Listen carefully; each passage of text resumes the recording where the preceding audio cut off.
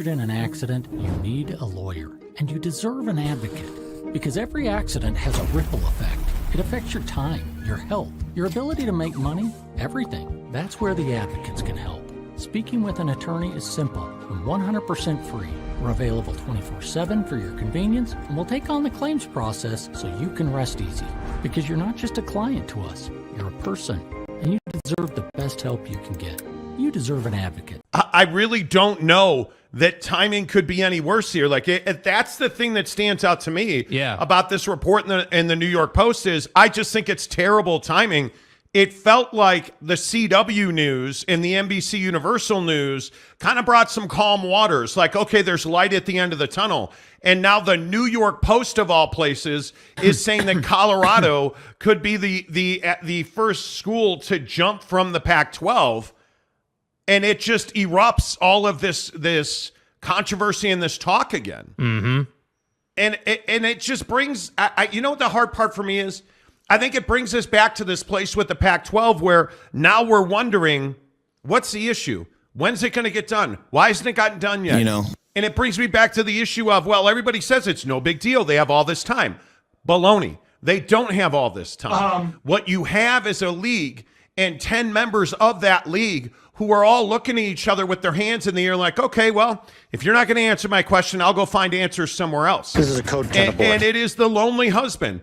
Hey, listen, man, if the husband's lonely, he's going to find companionship somewhere. And Deion, I'm telling you, is out trolling the strip in the Big 12. That's what it feels like. Right. It was probably a little too graphic. But my point is, you understand what I'm saying. Like, this feels real to me. Well, timing-wise, I think the timing portion is your best point, I think. I mean, having this come out, again, to your point, during, spring practice, again, Prime's first year in the program, right? So it's not like this is his 10th season at Colorado. It's your first time. It's your first spring practice. It's your first your first, like, it is the first for everything at Colorado. And That's right. And I think when you get news comes out about how, hey, like, Colorado, in the Big 12, and hey, there's interest there. And so yeah, it isn't great timing. I will agree with that. But I think since we're on the topic of timing, I feel like timing, in a sense, yeah, it's not great, but at the same time,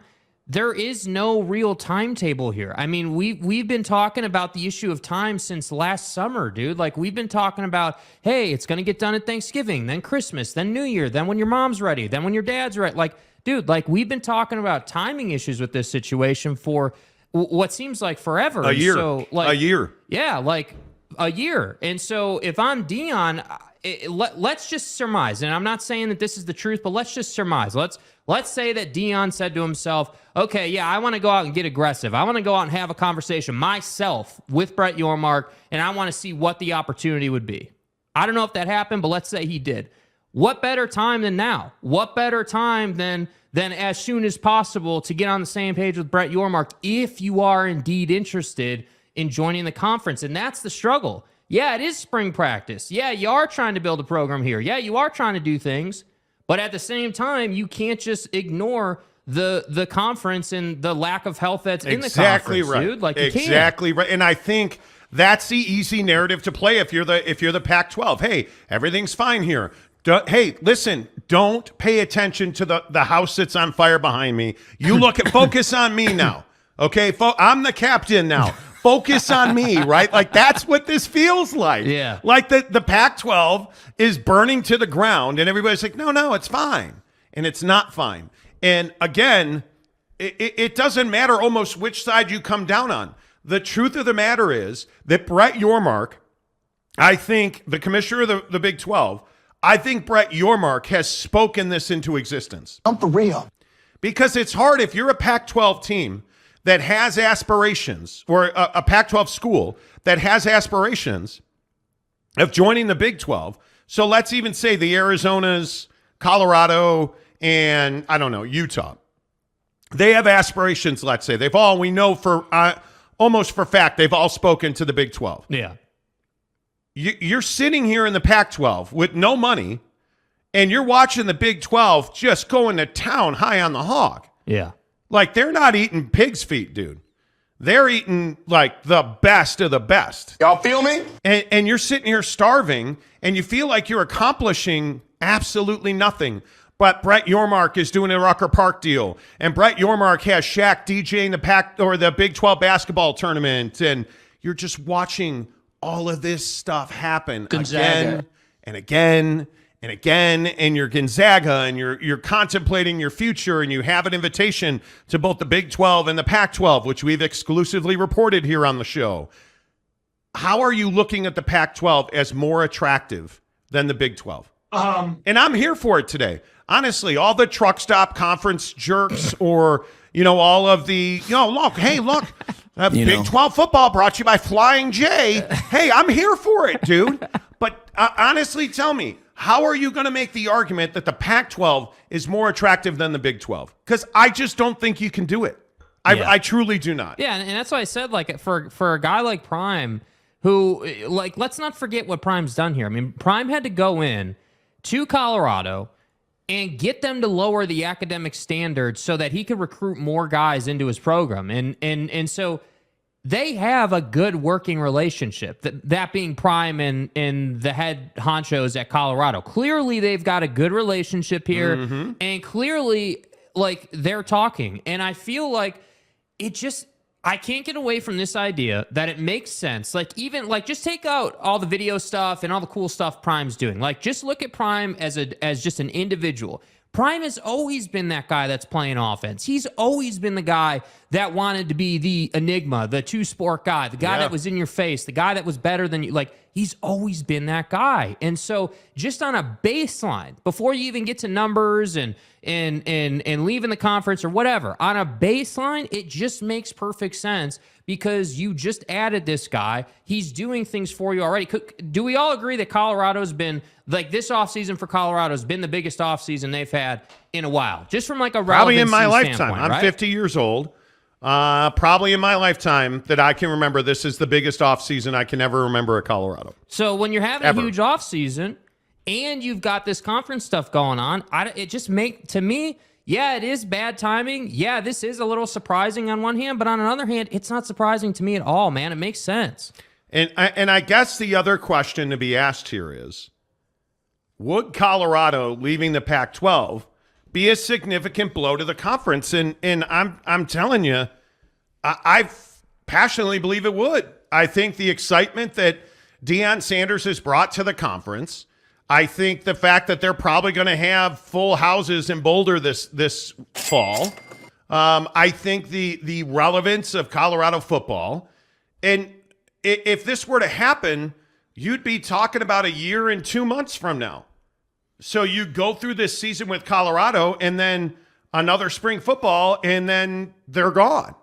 And it just feels like this is a catastrophic move for the Pac-12. And I say that because I am of the belief that you can't lose a single school.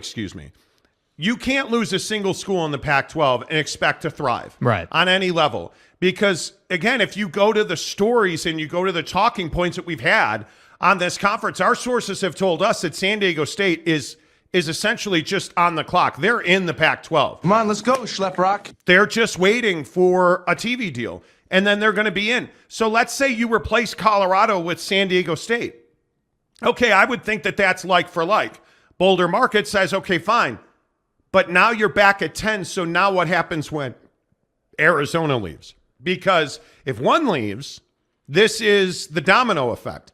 I think if Colorado jumps, other schools will follow them. That's it, Skippy. Once they see that the door's open, I don't see any way that you prevent other institutions from joining Colorado in the Big 12 because the money and the allure is too much, especially if Brett Yormark is really delivering the value per school that we're hearing about, these Rucker Park deals. What is Deion Sanders like standing center court at Rucker Park? Dude. Like, think about that. Think about the pull of being around a guy like that. If you're a basketball player, I think you still want to be around Deion Sanders. Please. Like, I think that matters. I think Deion Sanders is a magnet. So when we talk about would Colorado be a loss for the Pac-12, I think it absolutely. A year ago, probably not. Now, yeah, I absolutely think it's a loss for the conference. Yeah, I mean, and I think the other thing when you compare Colorado to San Diego State doesn't have Prime. Like, well, I mean, you can say whatever you want about Colorado, but the reality is, like, whether it's Jackson State or Colorado, Prime has always been a magnetic guy, and that's why I say, like, again, we can't go too far with it. He hasn't won a game. He hasn't done anything in the conference yet, but I think he's already having an impact from marketing to, revenue opportunities. Like he's having that impact. And so that's why I say, like, you're totally right. If Colorado jumps ship, now it's up to Arizona. Hey, Arizona, you going to go? And if Arizona goes, Arizona State's going. And if Arizona State's going, who's to say that Utah doesn't have a change of heart? Because the other thing that goes on here is once schools start leaving, then it's like, okay, well, hey, Colorado just left. Are we really not going to go and check if the pasture's greener on the other side of the fence? Are we really not going to go? The emotions change. Yeah. When you see one of your brethren bail, your emotions change. I don't think there's any doubt about that. Everybody is a verbal tough guy until they're forced to move off their spot. Until they're made really uncomfortable. Losing another Pac-12 school would make the other remaining 9 very uncomfortable. And I think that you would see, I'm with you. I think Arizona wants to go. Yeah. No, the landscape, the comments, again, and it's easy for us here on the Monty Show to just put their own words up on the screen. Like you look at what Robbins said about, knowing the Big 12's number. Look at this quote. This is from President Robbins at Arizona. I know what the Big 12 number is. I just need to hear what the Pac-12 number is. Then I can make a decision. Yes. And he's talked about also Dennis Dodd, CBS Sports, quoting President Robbins at Arizona, painted a nuanced picture for Arizona, citing the school's proximity to the Big 12 footprint and that league's powerhouse basketball brand as the basis for, quote, some affinities. All gas, no break. Right? Like President Robbins, I think if he had his druthers, would be in the Big 12 today. Yeah.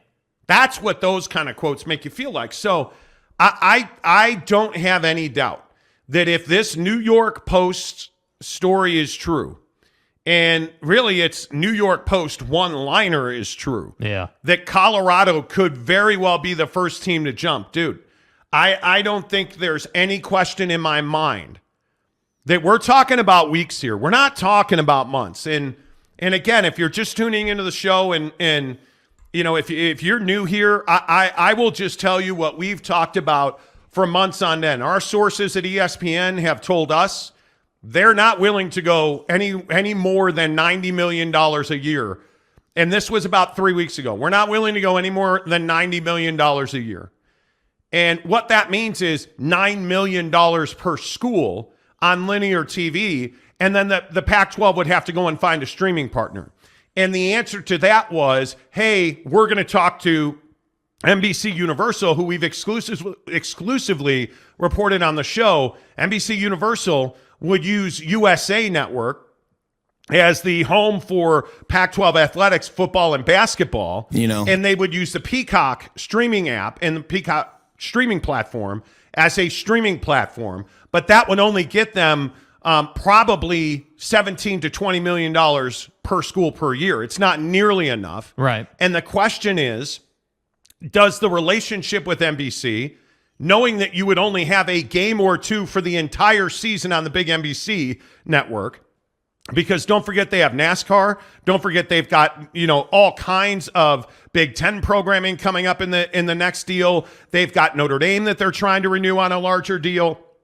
Okay, so maybe NBC Universal is not the best option. Last week we heard, hey, the CW is interested, and we were telling you, hey, the problem with the CW is they do not have owned and operated stations all throughout the footprint of the Pac-12, and we showed you this map of the CW owned and operated stations, because that's what this is. And you'll notice it in Arizona and in Washington. There are no dots. Now, that does not mean that there are not CW television stations there. But what that means is the CW does not control the programming on those stations. And this is very much akin to Live Golf. And what do we know about Live Golf on the CW? A large number, including major markets, have said we're not going to carry Live Golf. We don't want to air their programming. So they did this great deal with the CW, and Live Golf's not on but a quarter of the stations on the CW network. Yeah. So you start to understand that, okay, well, we control the owned and operateds. Well, that's all well and good until the CW cuts people's heads off and refuses to air Live Golf. Okay, so now are you telling me, and I'll put this map back up, look at Chicago, right? Because you know you have WGN TV in Chicago. Do you really think Oregon State and Washington is a game that WGN Chicago is interested in? I can't believe they would be interested in that game. I cannot believe that would happen. Is that a real question? I can't believe that New York, New Jersey. I can't believe the Carolinas. I can't believe that, the Ohios, the Indianas, the Pennsylvanias, the upstate New Yorks are interested in that programming. Yeah. I can't believe that the CW in New Orleans is going to air Oregon State and Stanford football on a Saturday afternoon. Like, I have a hard time with that. So we've talked about the limitations of that deal. Our sources have said repeatedly that Pac-12 presidents, including, because we've talked to people in a lot of places, including at the top of the food chain at Utah, who told us ESPN's really got to be involved for this to be the deal we need it to be. Yeah. ESPN and the Pac-12 have a fractured relationship at this point, have not spoken in weeks, and currently do not have a deal on the table. And that's where the Pac-12 is. So a report out of the New York Post that has Deion Sanders and the Colorado Buffaloes and the University of Colorado going back to the Big 12 really is not that surprising. Yeah. That's just kind of, I think, the entirety of where the Pac-12 TV deal is right now. And then again, you have this situation in the Big 12 where I truly believe that Brett Yormark does not have to do a thing. He has to do nothing. Yeah. Because he knows he's likely to get Gonzaga. I think no matter what the TV deal is, he's likely to get two schools from the Pac-12. Gonzaga. And he really has to do nothing because who else does he have on his side? Well, he's got ESPN. And my opinion is that ESPN would not bat an eye at the failure of the Pac-12. It is what it is. In fact, it would not. I think it's too strong to say that ESPN is working to collapse the Pac-12. I think that's too much. They are certainly at ESPN, in my opinion, not going out of their way to save the Pac-12. They ain't losing sleep over the Pac-12, bro. Because they own the football and basketball rights along with Fox in the Big 12. So what happens if the Pac-12 fails? Well, the majority of those schools are going to wind up in the Big 12. And they already have that landscape. Too bad. So the limited amount of programming that ESPN needs from the Pac-12 will be handed to them on a silver platter if the Pac-12 goes away. Yep. And I think that's the reality of the arrogance that has been the Pac-12 now for the better part of their existence.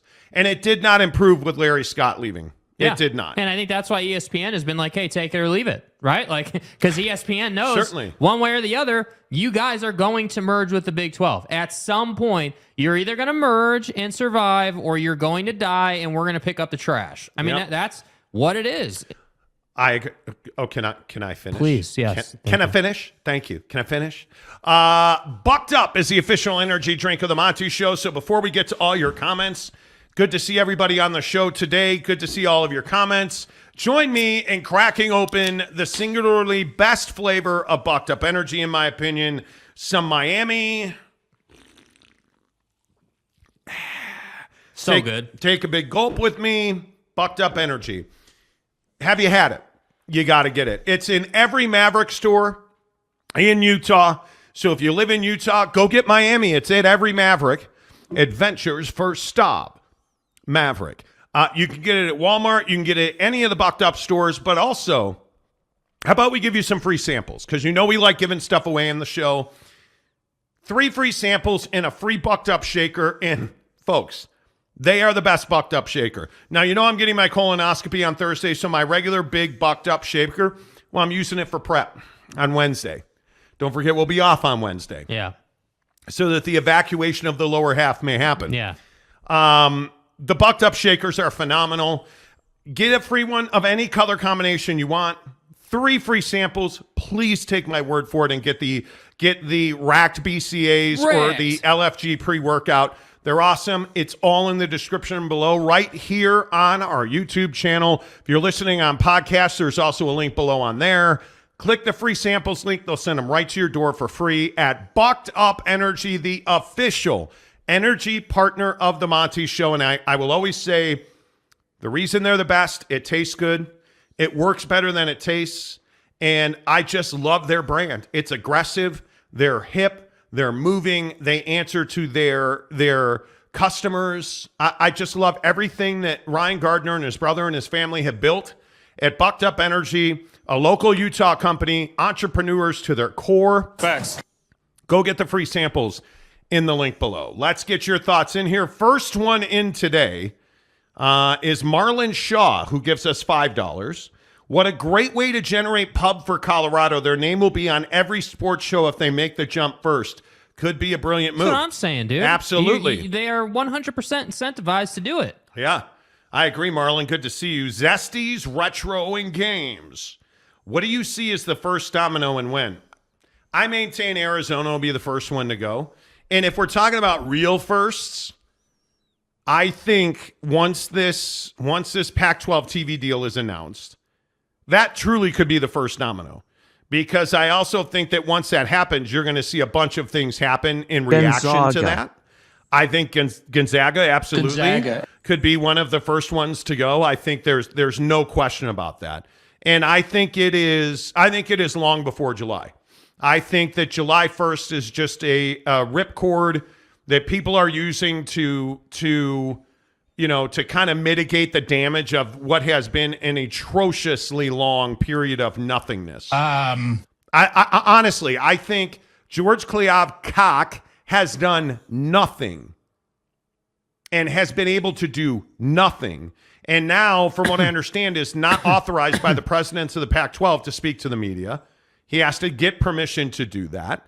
I mean, it's brutal. And again, I tell you, we have sent an email every week to the Big 12 asking for Brett Yormark to join us on the show. Today, we finally got a response. Brett Yormark is not speaking to the media at this time. So what does that tell you? Very simple response. What does that tell you, though? Because this is somebody who's done great work in the media. Why would you?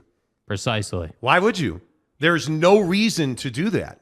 There is no reason for Brett Yormark to say 2 words, because all he can do is go down from here, because my guy's at the top, man. The guy has been absolutely brilliant. MJ Bassett, if the Pac is interested in linear TV exposure, why haven't Sinclair Stadium TV, name not in the rumor mill? Because I think Sinclair has their cash spent in other places. And as a Chicago Cubs fan, I can tell you that Sinclair has a significant investment in those things. I also think the Bally's TV and some of the financial drag that we have seen there and the massive amount of debt that is involved there, I think plays a significant role there. There's no question about that. Seems like a better fit with sports channel branding over the air and streaming built in. I think your best fit here is Amazon Prime Sports. Let's stop screwing around. In my opinion, and I'm happy to hear from you guys. In my opinion, the absolute best fit in this situation is ESPN and Amazon Prime Sports. Get it done. Mm-hmm. Get it done. The reason it hasn't been done, and again, this is just my opinion, the reason it's not been done is because we were told very early in this process, I think back in October, that ESPN does not view Amazon as a competitor. Right. They just do not. And they were not going to, I think what Brett Yormark tried to do with Amazon was to bring ESPN into a fight, into a battle, and he was not going to do it. And I think ESPN got very smart and said, oh, that's cool. That's great. And I think that right there is where the fracture with ESPN began. You mean George Kliavkoff? Yes, I'm sorry. What did I say? Brett. Yeah, George Kliavkoff wanted to go to Amazon and bring a competitor into the conversation. And ESPN wasn't willing to do it. Yeah. ESPN was like, hey, cool, dude, good luck. Which is brilliant. I mean, isn't that the type of decision and type of mentality that ESPN, or really that's made ESPN who they are today? I mean, you look at everything from, hell, remember back in the day when the whole, hey, people are not reading the magazine anymore and ESPN's going to die and they're not going to survive. And then what did ESPN go ahead and do? They started ESPN Plus, and now we're here today watching the Masters all last week on ESPN Plus, because that's what we want. That's what we crave. And that's why I say, like, if the Pac-12 was smart, they would do something way out of left field. Get crazy with it. Go all in on streaming, and I think they would be heavily rewarded by the consumer.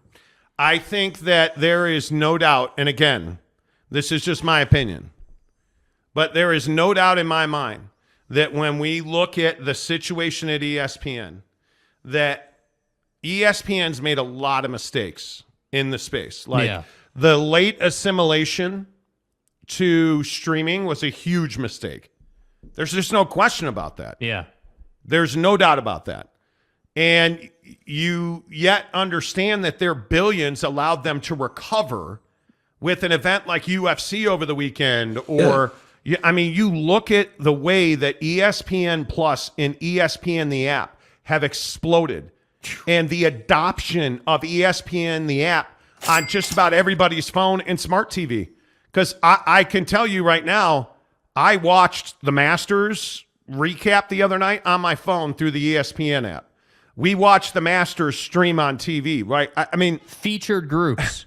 Guys, I think ESPN has reacted brilliantly. Clinton, appreciate you and the super chat. First time Clinton's ever given us a super chat. Says Sports Business Journal reporting that Pac-12 COO leaving for a communication agency. Yes, that is correct. Jamie is gone. Leaving by the end of the week, by Friday. Yes, which is insignificant. I'm not the guy that's like, oh my God, the Pac is burning. I think people take jobs, and I don't think this is an indication of, because what everybody will spin this into is, oh my God, it's over. It's not over. This is somebody taking a job. And could it be that Jamie sees the end of the world? Because Jamie Zaninovich is somebody that's really well thought of, really sharp, really smart. There's no reason that Jamie wouldn't be getting recruited. I mean, but this isn't all the ships going down, I'm jumping off now. Yeah. That's not what this is. That's not what it is at all. So I don't think it is. I don't think that's what this is at all. Patrick Boren, hello. The new Big 12 is reminding me of the old Alabama chant, roll, tide, roll. Mm-hmm. Well, you ain't wrong about that. Salty Drunk, how the heck are you? I bet Ron McClure was gifted his membership. Okay. Ron McClure says, I think and you guys believe, LOL. Okay, I don't know what that means. Two Masters says, Monty will be the first to go number 2 on Wednesday. I will. Bros, okay, so. And I see all the colonoscopy stuff. I'm having a colonoscopy Thursday. You basically have to drink 56 ounces of laxatives the day before. And not only that, what are you doing Thursday morning at 3? Why don't you come over to the crib and drink another 28 ounces of laxatives with me? I have to get up at 3 o'clock on Thursday, 4 hours. My colonoscopy is at 7 o'clock on Thursday. 4 hours before the colonoscopy, I have to drink another 28 ounces of laxatives. All right, put a towel on the driver's seat. Okay? All right, let's move on. Good talk. Good times, right? That's the way the world works. Jim Choi. Yup, a really smart deputy commissioner of the PAC from degrees from Stanford and Princeton. Yeah, very, very smart. I don't think I agree with you. I don't think you can just jump to the conclusion as to why. I mean, I don't think so either. You know, that her having degrees could easily be why she took the position. I mean, was attractive. Yeah, or was attractive or whatever. Like, you know, like it just, yeah. I just don't think that I'm not willing to go that far. Yeah. You know, I just think that it is, Yeah, I don't know. Thank you, Scott Rayner, for the $10 tip. Appreciate that. Thank you very much. Let's see. Zesty gives us $2 more. Do you see the Pac-12 surviving football season without a deal? Well, yeah, their money's in place. I think a lot of people have this belief in that, oh my God, the Pac-12 is just one day we're going to turn on the TV and there will be no more Pac-12. It doesn't work that way. The Pac-12 is going to get paid through July of 2024. The question is what happens after that date. That's what we're all talking about. So they have their standard TV deal as it is now. So I would not worry. Like it just doesn't work that way. Yeah. Again, Scott, thanks for the $10 tip. Appreciate it. Marlon Shaw gives us 5 more. Jamie disassociating himself from the Kliavkoff taint. That is smart by him. It is. I mean, if you're truly leaving because the conference is crashing, yeah, you're probably better off going now than later. But I just don't think that's what's going on, in my opinion.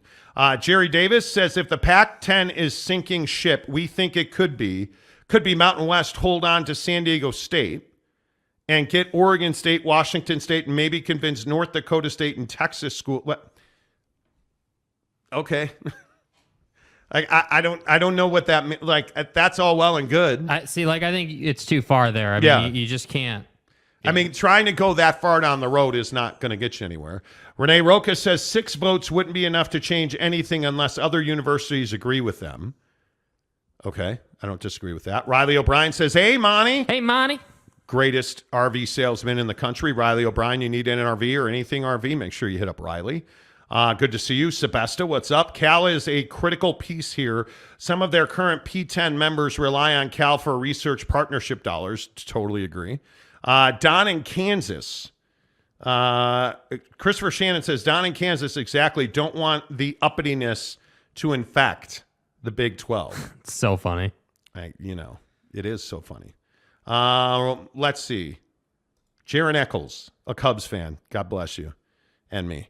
I think we should all come together and praise the holy Danny Ainge for getting rid of Rudy and turning that disaster of a player into multiple future championships. We'll talk about that coming up at about 20 minutes.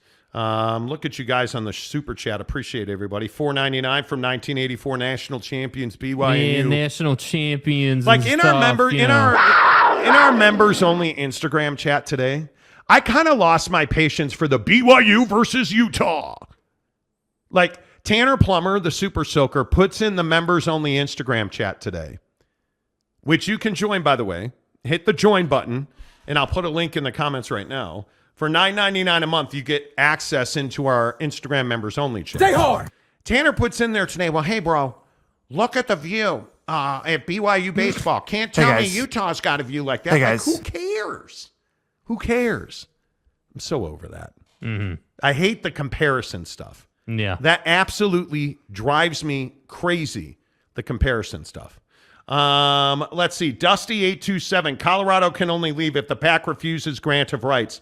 Can't leave on their own. Certainly they can leave on their own. Yeah, they can. It's as simple as their contract is up. And you have no, respectfully, you don't understand grant of rights if you think that George Kliavkoff is in control of grant of rights. He's not. He has no control over the grant of right. The way, and again, I don't mind saying it. The way that the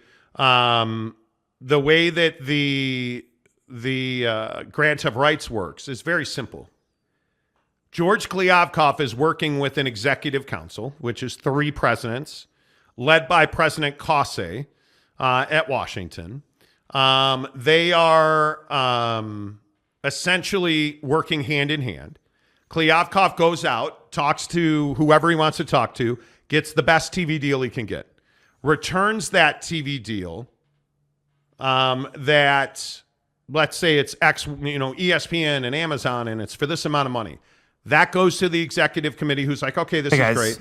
They kick it down to the other 7 members. All 7 of those members have to agree to it and sign their grant of rights. That's not what we're about. You don't sign the grant of rights to the TV partner. You sign the grant of rights to the conference, and the deal for TV and distribution is with the conference. It is not between Stanford and ESPN. Yeah. It's between ESPN and the Pac-12 conference. So it isn't as though Colorado's like, oh, yeah, I'm out. See you later.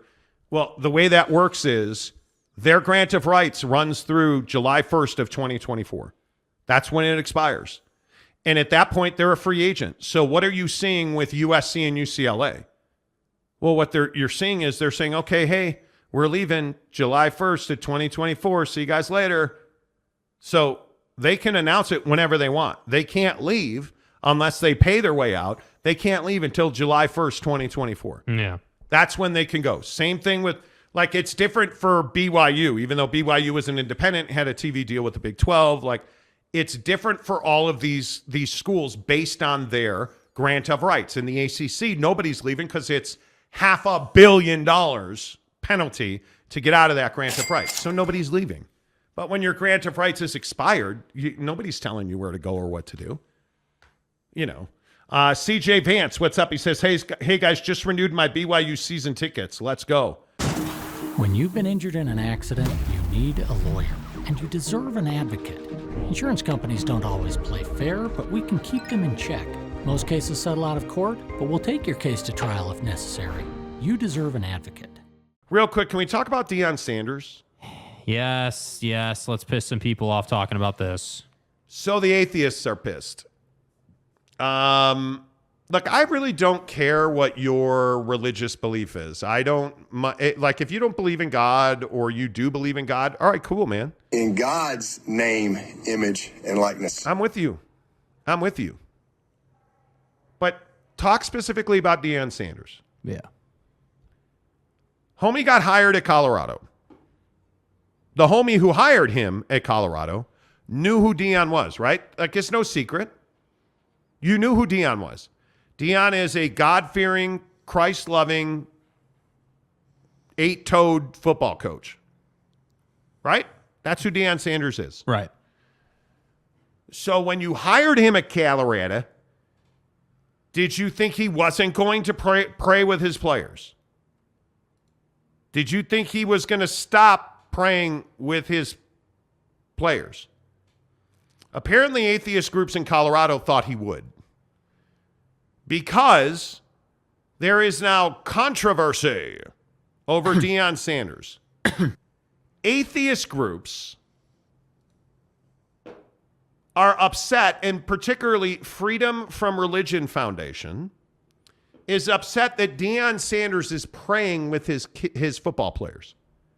It is our understanding that on December 20th, 2022, a staff member led other staff members in a Christian prayer to start an official meeting.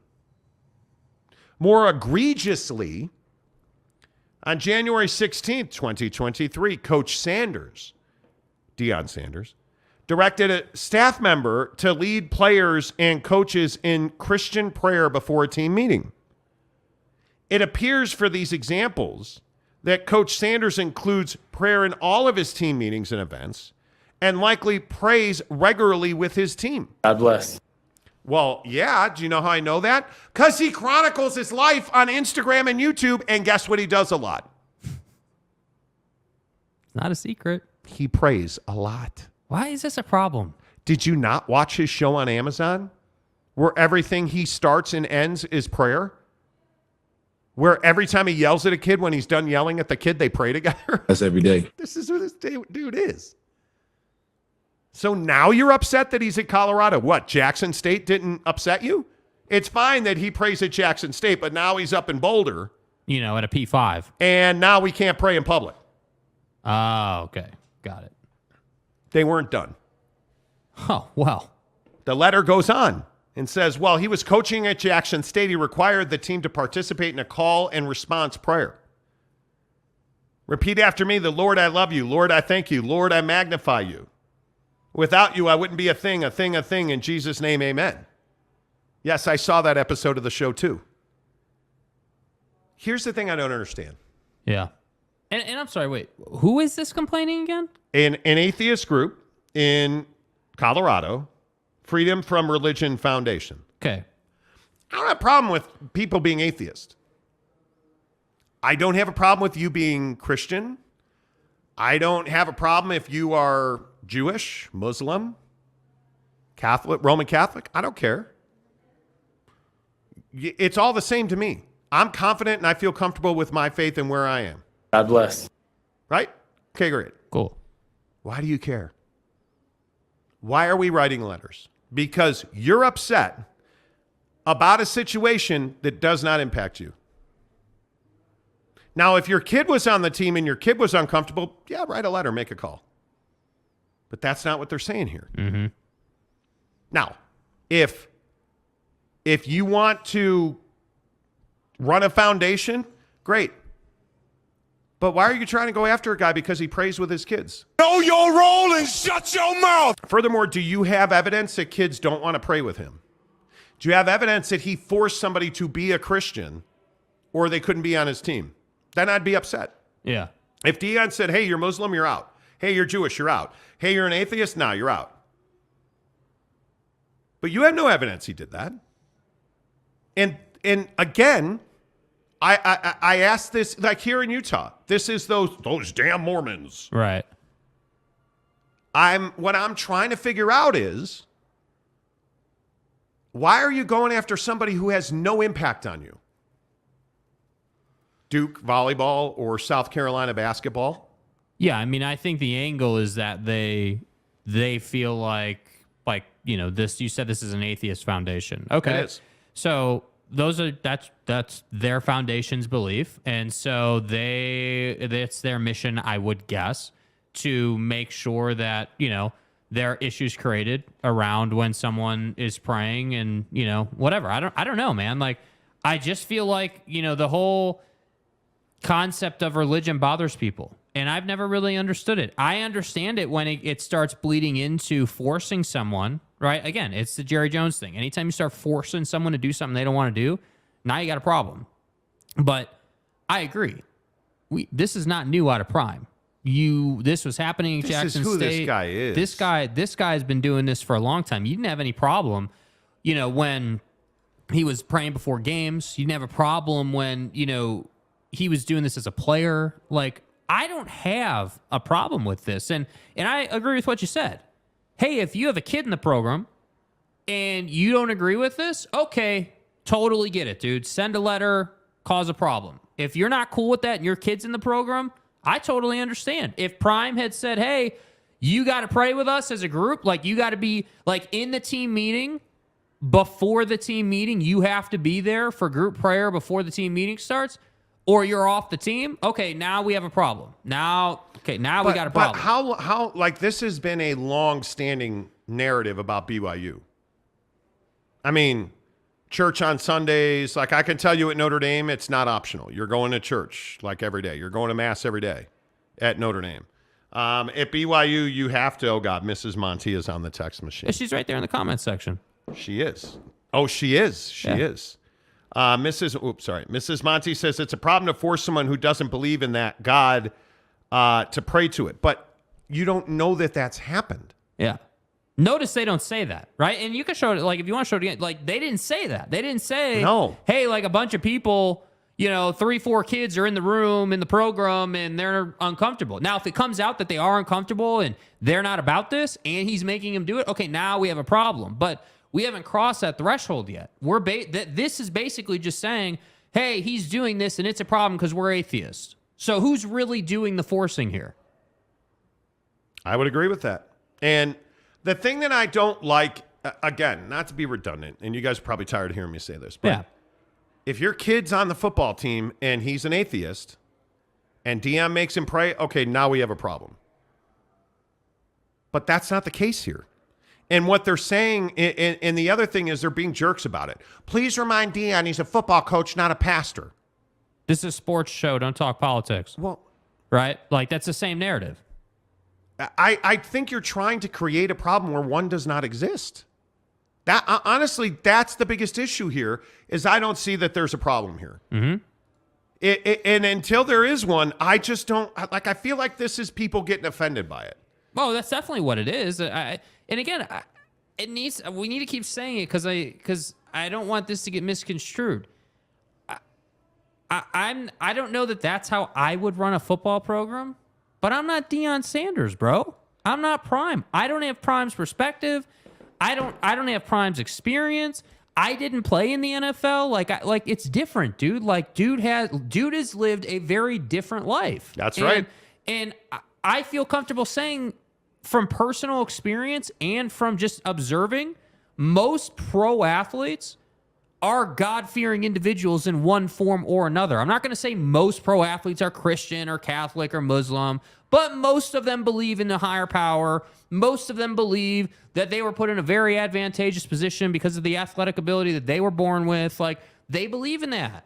So I guess, yeah, I do kind of have a hard time believing that anyone has a problem at Colorado with what Prime's doing. This feels like a dog barking. This feels like somebody trying to pick a fight. And again, I just think the Freedom from Religion, and I don't want to get their name wrong, the Freedom from Religion Foundation does very good work. Yeah. I think it's a very, they're not a small organization, but this is looking for a fight. That I feel like that's what this is. You know, I think that it's really important. I think we victimize atheists. I think we tend to look at atheists as the lost when they're quite literally the opposite. Right. And Mrs. Monty probably should be on the show to talk about this because she is an atheist. Right. But I think the thing that really stands out to me is I hate when we pick fights where there isn't one. I hate when we create problems when there isn't one. Let me pose this question, though. For them, for the foundation, right? They feel like there is one. That's the tough part. Like, with their belief system, they feel like, because they're atheists, they feel like this is a problem. They feel like, hey, yes, there shouldn't be, prayer of any variety. Don't think it's unique to Christianity, to be honest with you. I think prayer of any variety, if we're being serious, in a football program. And I'm telling you that praying and like saying, like the whole bless up thing that we always joke about, do you think that Steph Curry just does that on accident? You think that football players just do that on accident? No. It's literally what they believe, So that's why I say, like, until it comes out that there are kids in the program who are not cool with this is simply a foundation barking. That's what it is. Yeah, I agree. Greg Hawkins says Freedom from Religious Foundation has done some good work in the past. I don't personally have a problem with prayer in schools, but I do not agree with school-led prayer. Perhaps if a student led the prayer, it would solve this. Yeah, perhaps. I just don't know why we're picking a fight here. And then there's savagery in the comments as well. Jeremy Callahan would like to know. The real question is Deion praying hard enough for the media rights deal? God, are you there? God.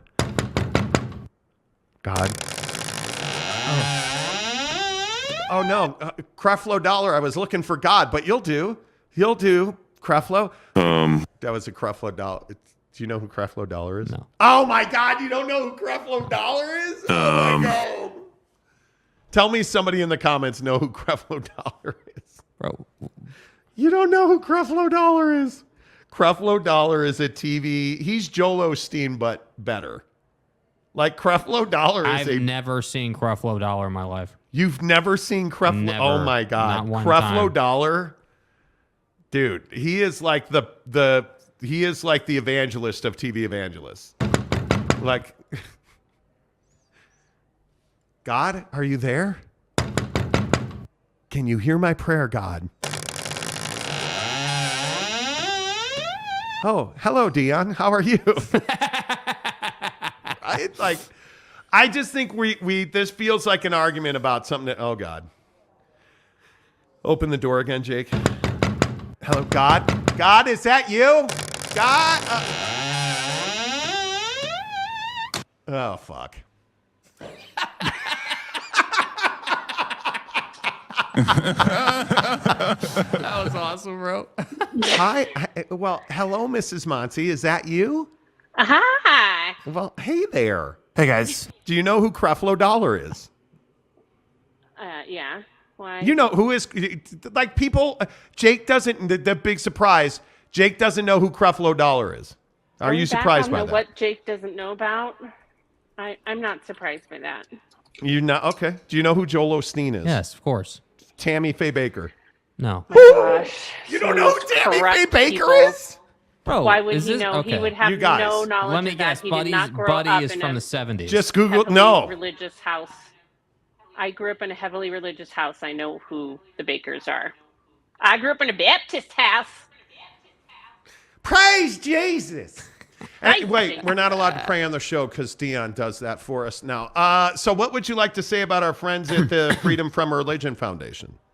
I get you're saying that there wasn't a student that spoke up about it. There probably was. There probably was. But here's the issue. Why are we allowing for one God to be prayed to, and we're not giving equal time to all the gods then? Let's just give equal time to all the gods then, and we can have a breakout for everybody who wants to pray to all the different gods. You can't do that. And then the people who don't want to pray to a god because they don't believe in gods can be... No, you can't do that because you're going to cut into weight room time then. Oh. And we got... What do you bench? We got, what does Deion say? We got team meetings. We coming. We coming. Mm-hmm. In all seriousness, though, I have, you know what I think this is? And I don't think you're probably wrong. I would guess somebody lodged an official public complaint. And my guess is that it's somebody who Deion's like, yeah, hey, I'm coming, and it's Louis. Go ahead and hop in the transfer portal. This is where that speech, I'm being serious. We've all, Mrs. Monty and I watched it together. I know Jake has watched it naked on the couch, wrapped in saran wrap. Like, next question. You and I both know, okay, this is probably somebody who was like, I'm offended that he said they should get in the portal because his kid's going to be quarterback. So, well, here's the thing. If you have a head coach that is heavily invested in a god, believes this god helps him win, and is asking everyone to pray to this god before a game, during meetings, anyone who doesn't believe that, they're either going to have to be really brave to stand up and say, hey, dude, I'm walking out, knowing that they are likely not going to get any playing time, or they will likely not have as much time as others, or maybe that they have to go to another school. Okay. It's the outlier. It's the me that feels uncomfortable with being forced to pray to someone else's God. That's why I don't go. That's why when I'm at family events and they want to pray to a God, I don't pray. But I'm bold enough to not pray. Brandon Butler would like you to bring the pain train and slap our bags. Please. Don't. I mean, that's a whole other kind of church. That is. But there are churches who will do that for you if you like. I've been called a goddess, but, you know, there's all different types. Tanner Plummer says God left the chat since Mrs. M came in. Okay. I don't think he was ever there. That's the thing. Eric and Raleigh says, sup, Jake, Tim, and the best part of the show, Britt. Thank you. There you go. Thank you. But, Capazzo you know, says, I'm just Tammy being Faye. honest. Tammy Faye, hot as hell. Not. Ooh, not. Dude, you should just Google Faye Tammy Faye. Not. Like, and I should probably find a picture. Yeah. Because, like, Mrs. Monty, what is like do you have a TV evangelist? Like, mine is Joel Osteen, but I honestly don't recall. Who was the other guy? Jerry Falwell? Benny Hinn used to do Benny Hinn! Praise! Jeez, people would pass out on the floor. Jerry Falwell. Benny Hinn. That brings it back. Oh, God, this picture of Tammy Faye Baker. Bro, is that the Joker? Oh, my, you guys, this picture of Tammy Faye That's the Joker. that I'm about to, I warn you, if you're eating dinner, you should probably not look at this next picture that I'm going. Dude, this Tammy, is when so she cried, bad, you she guys. had the worst mascara. She did not have water. Should I put this picture up? yeah, there, dude. Okay. Do it. Yeah. This is so bad. Okay, here's a picture of Tammy Faye Baker. Oh, wait, wrong picture. My bad. That was just. That was. Let me get this comment off of here because I want full full exposure like Jera. Yeah, full exposure like Jera. Okay, so this is Jera. This is Tammy Faye Baker. Oh my God. Like she is. Dude, that's disgusting. That's That was a her at thing. her. We don't Mrs. M, would you not agree that's her at her best? Yes. But she would really pull on the heartstrings. That's like of her at her best. television Yeah, donors that's when rough. she would cry and her mascara would run down her face. And she would cry. Jesus needs for you to donate right now. I don't know, man. And I it think would this is, you know dribble what, you down her guys, face. to put a bow around this Deion Sanders thing. Yeah. Oh my God. Bro. To put a Dude. bow around Come this. on. Bro, what are you looking at? Just doing Google searches of Tammy Faye Baker crying. Oh my No. God, you guys. This No. is some of our worst work ever. Are you guys, it's dinner hour. Should we be putting, it's 5:30 in the mountain time. I It might apologize help you if for you're this. trying to not eat. Oh my God. Okay, well, I'm pretty sure that that's photoshopped, but there Damn, are she needs real to bless pictures up a of little her more. crying. Mm-hmm. She blessed But up you're not money. wrong. She got Real pictures millions of of her. dollars. She Yeah. blessed Hey, us by the so way, much. did we get any new studio art at the house today? We did, yes. There's a new accoutrement coming to the studio. Yes. Very exciting. So I'm super excited about that. Mrs. Monty, always a pleasure to see you. Just to put a quick bow on it, it's just And now think her about internet the people. service has gone the I way want of you to listen to me. Jim and Tammy Faye Baker. I don't know what happened to her. She got booted. I did That's not out of the do window. that. I did not do that. Well, God did it. God probably did it. That's terrible. Eric and Raleigh says Deion's first player meeting where he was wearing a hat while saying there will be no hat wearing in meetings shows exactly who Deion is. Is Mrs. Monty alive? No, she's gone. No, Okay, she there already, you go. you know. There you go. Tanner says, Mrs. M, what makes you think that there are players who have an issue with this? Because there is part of this report is that there were public complaints. So that's really the only thing that you could, you know. Gumby Extra Regular says, not enough fire and brimstone from Joel. Yeah, probably. Yeah. Probably. K. Nurin says, yes, the wife will lead the way. Exactly. Right. Exactly. Tom says, send that seed money to Deion for NIL. Billy Graham. Oh, my God, Mapes. Billy Graham. You don't even know who Billy Graham is, do you? Jake has no idea. Nope. No idea. T. Lawrence Gragston says, Charles Stanley is the best. Never heard of him. See, there's one I don't know. Bob Larson. Don't forget America's favorite exorcist, Bob Larson. Good Lord. Eric and Raleigh says, Tammy Faye single-handedly kept makeup companies in business. Yes, she did. I have sinned against you, Baker. Exactly. Monty gonna large marge us. Whoa. No, I'm not. Court McMullen says, my dinner just came out both ends. Thanks for that photo. You're welcome. You're welcome. You know. Sorry if you're offended by that. Mark Rasmussen says, why is it bad for a Christian pastor to have money? Nobody said it was bad for a Christian pastor to have money. To feed more kids and fund ministries and buy private jets, right? The problem becomes, who is that one guy?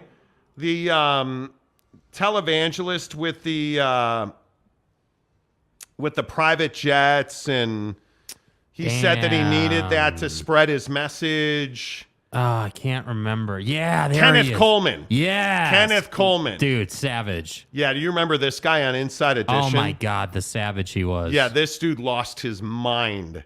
Dude. This guy right here, what's his name again? Kenneth Coleman. Do you guys know who Kenneth Coleman is? This guy. You guys don't remember this dude.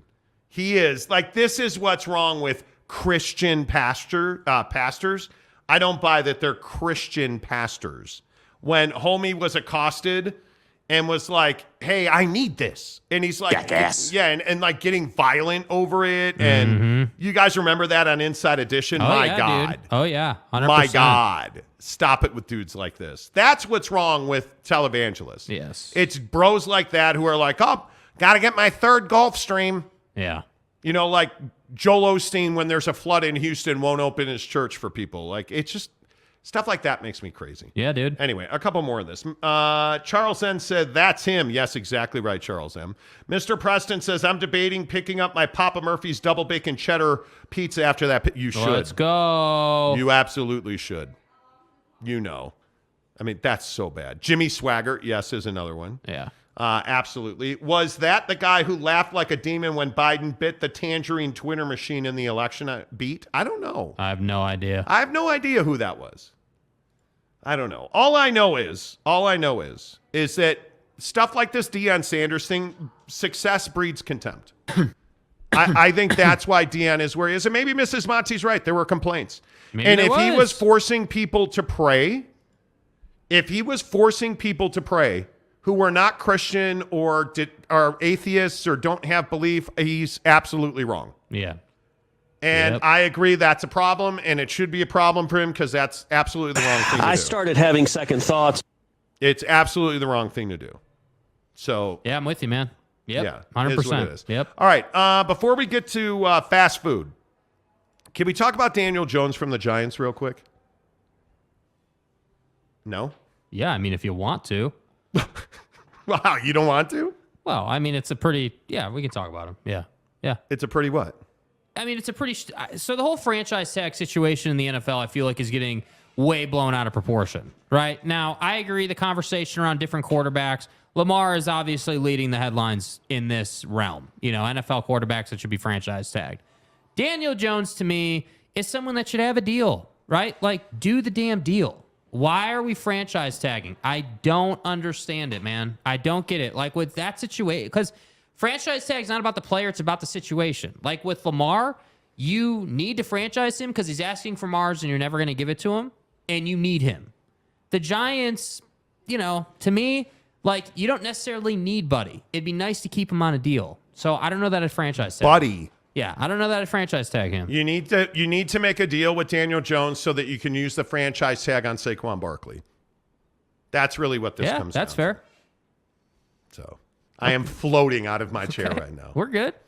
All right, cool. The Monty Show is presented by our good friends at The Advocates, theadvocates.com. Hey, don't forget they have a blood drive coming up on the 6th. You get a free Amazon gift card. I am floating out of my chair. Theadvocates.com. Until tomorrow, say goodbye, Jake. Goodbye, Jake. Dad, Honey, what's wrong? I got in an accident. Are you okay? I don't know. Okay, did you call the police yet? Yeah, I did. I'm gonna call an advocate and you can tell us both at the same time, okay? Hey, Sarah, your dad told me that you need help. So, is there anything that I need to do? Or? Just focus on getting better. With an advocate on your side, you're never alone. Today's the day. And look who I just met. Hey, Dad. You deserve a worry-free recovery. You deserve an advocate. It was amazing when we talked about Coach Prime yesterday. It just exploded in both negative comments and positive comments. And I think that is almost the definition of Deion Sanders at Colorado. But what's so interesting about Coach Prime is he took over ESPN today. And if you were paying attention this morning, from First Take to Pat McAfee to 60 Minutes, everybody wants their pound of flesh from Coach Prime Deion Sanders. And I think it's fantastic for college football. I think he is exactly the personality this sport has needed for a decade. Jake, do you agree? Yeah, I mean, I think it's great for college football. I think when we talk about, you know, the schedule this week as an example, the schedule this week kind of lacks fire, if you will. It's a very mediocre week in matchups. There's not a lot happening. So the idea that, you know, Deion Sanders picked right now to be the face of college football is pretty good timing, I would say. I would say that this has worked out pretty nice. This has worked out pretty well, not only for Colorado, but for college football fans. I mean, you again, as he just mentioned, you look around the media circle and you get, you know, Prime sitting next to Pat McAfee today and Pat McAfee wearing the sunglasses that we're going to get to, right? Like, you look around, he was on First Take. He's got, you know, 60 Minutes. Like, there's all these different things that Deion Sanders is doing. And I'm sitting here like, yeah, I'm here for this because, frankly, there's not a lot, you know, there's just not a lot going on besides Deion versus Jay Norvell and really Deion just taking over the world. So, yeah, the Coach Prime brand is alive and well. And I do think that, you know, the expectation of, hey, they're going to rack it up on Colorado State is absolutely on point. I mean, I would expect nothing less, man. I don't know about that. I mean, that is we're talking about a huge number. And I think this is one of the things that we need to have some caution about You look at Colorado, they're a 23.5-point home favorite on a 63-point number. I mean, that's a lot of offense from Colorado to cover. And I think, obviously, Colorado is a more talented, better football team than Colorado State. That's not the story of this game. And if the best team, if the most talented team, if the more well-coached team always won, sports would be very boring. Mm-hmm. But we know that's oftentimes not how games turn out. And I look at this game with Colorado, and I think this is still a trap game. I think it's a danger game. I think you have Oregon next week. I think you're coming off of a big couple of wins.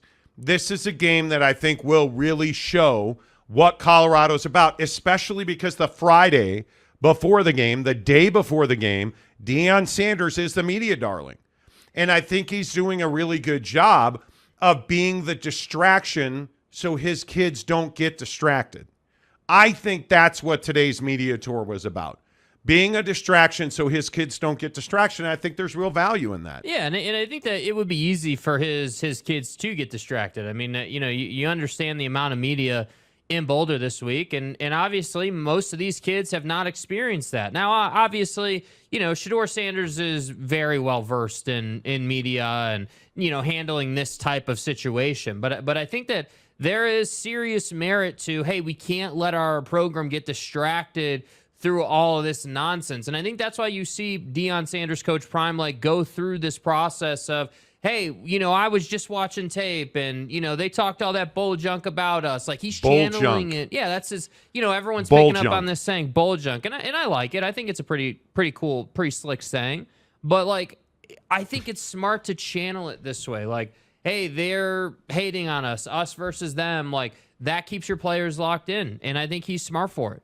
Yeah, I also think that this is a really good matchup for Colorado. Let's not kid ourselves. Colorado State is 0-1. They lost to Washington State, and they lost because all they can do is throw. They cannot run. What is I don't want to say Achilles these days here in the NFL. What is the weakness, the kryptonite of that Colorado defense? Well, if a team can run. If you can run, you can score on Colorado. Well, Colorado State can't run. And they have to throw to make a living, and I think that's a very tough way to make a living against Colorado. So I don't have concern that they're going to beat Colorado State. My concern is that Colorado will let down, but we'll see. The bottom line here is I think Deion Sanders is exactly what's right, and it was a bit of a wild ride last night. We do the show live every day. We post highlight videos. And generally, those highlight videos get maybe 5,000 to 8,000 views per video. The Deion Sanders Coach Prime video, I think last I checked, was at 13,000 views. More than double the norm on our highlight videos.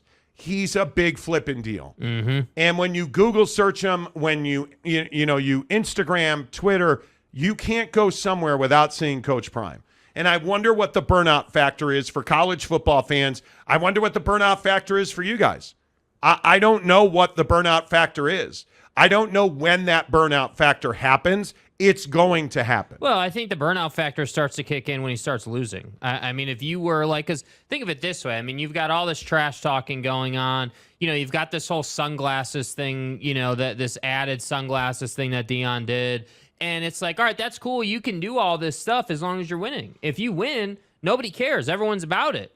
But if you start losing for whatever reason, then the tide will change. So I'm curious again what happens because I think they're going to pound this team. I think my opinion on this game is that they would have no problem throwing up 50 points against Colorado State. Now whether they cover the 23.5, that's kind of a different story, of course, because I think he makes a great point. Colorado State can throw. They can get up and down the field pretty decent. So maybe maybe Colorado doesn't cover, but I would expect 50 points out of Colorado this week. So I don't think they're going to have any trouble winning this game.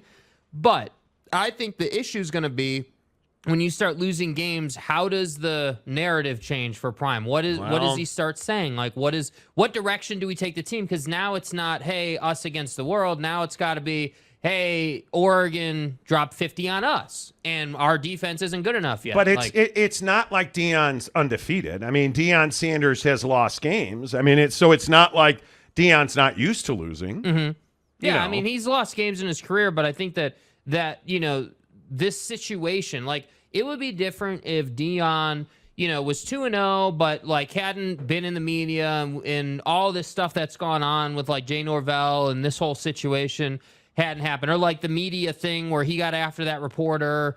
Do you believe? Like, if all this stuff hadn't happened, I think it'd be a little bit different, or it would be a little bit different. But is it okay? Because Deion Sanders is always positive. Do you believe now was a positive refrain? Mm-hmm. Do you believe? It wasn't a negative attacking thing. Mm-hmm.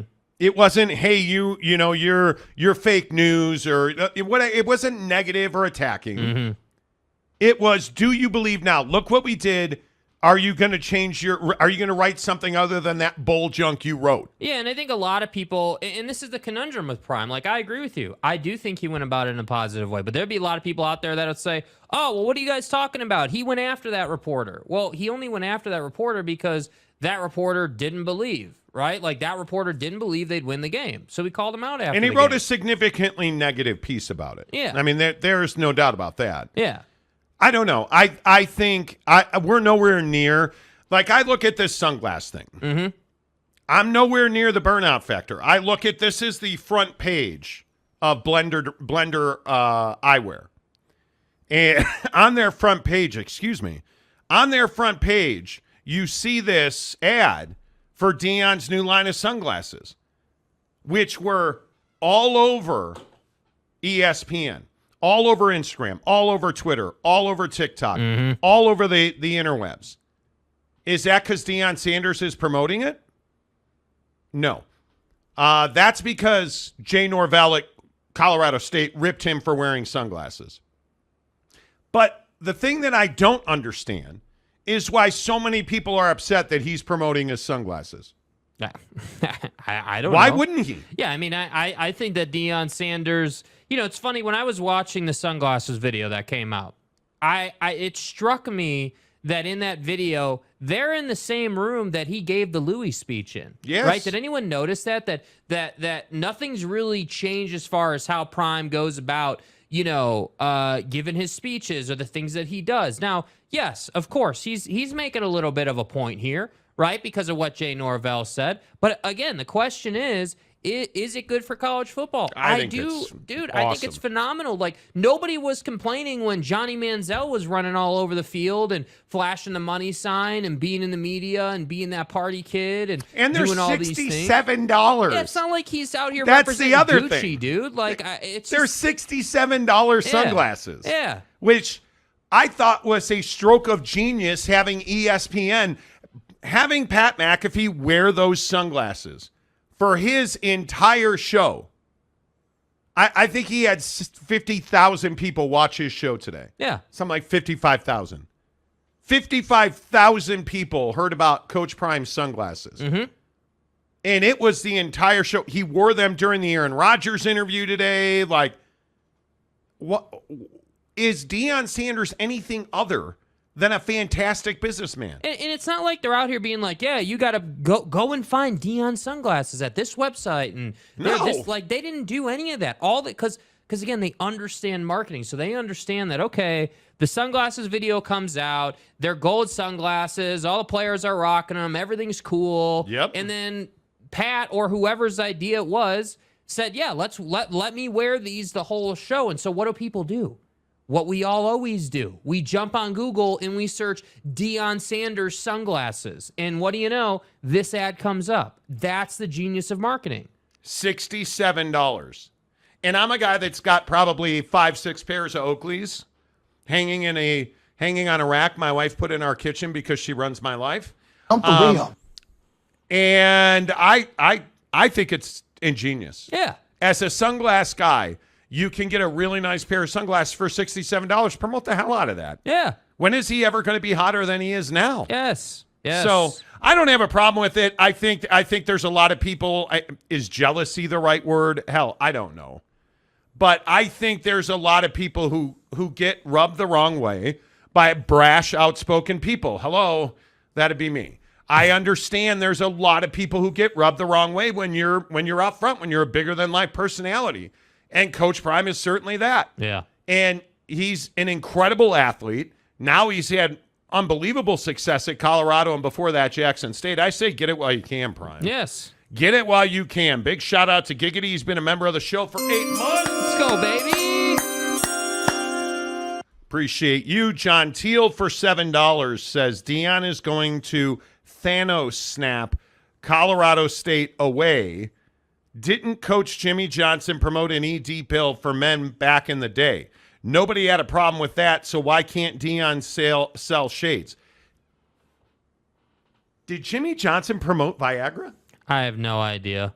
No idea. But again, I don't remember. The point remains, and even with that, whether Jimmy did or not, dude, that would be an endorsement, right? Like the better comparison is, hey, if Jimmy could do that back in the day, why are people upset about the KFC commercial? Why are people upset about Aflac with Nick Saban and Prime? Got me. Right? Like, no one's talking about, like, all the commercials that Prime does. No one's talking about, like, all the professional stuff that Prime does. No, people are just pissed off that, Prime's got a better video department than you do, and he's constantly in your face, and he plays the game better. But what? But again, how has he set this up? His son is his videographer and handles all of his social media content. His son is a Heisman Trophy candidate and his quarterback. His son is a really good safety, and he plays on Deion's team. He keeps, and he's talked about this repeatedly, he keeps a very small circle. And it's people he trusts, and it's his forever folks. And I say more power to him. Do you believe? More power to him. 100%, dude. So whatever. It's me. Steve. Hello, Steve. Good to see you, sir. Deion is the modern day Bill Snyder. Wow, they could not be different. Who the fuck is that guy? You're going to need, explain that to me. El hombre, good to be positive, but that other stuff. What other stuff do you refer to? Tarrant County boy, can we hook up Monty with a toupee? Okay. Why are you hating, dude? I have no idea. Jeff Woodworth, do you believe in life after toes? Well, apparently he does. Mike Smith, Jake got hair trimmed because he's about to go wedding crashing. That's correct. Jake is going to meet the girlfriend's family. Yeah. And Jake is the first boy that's ever been brought home to meet the girlfriend's family.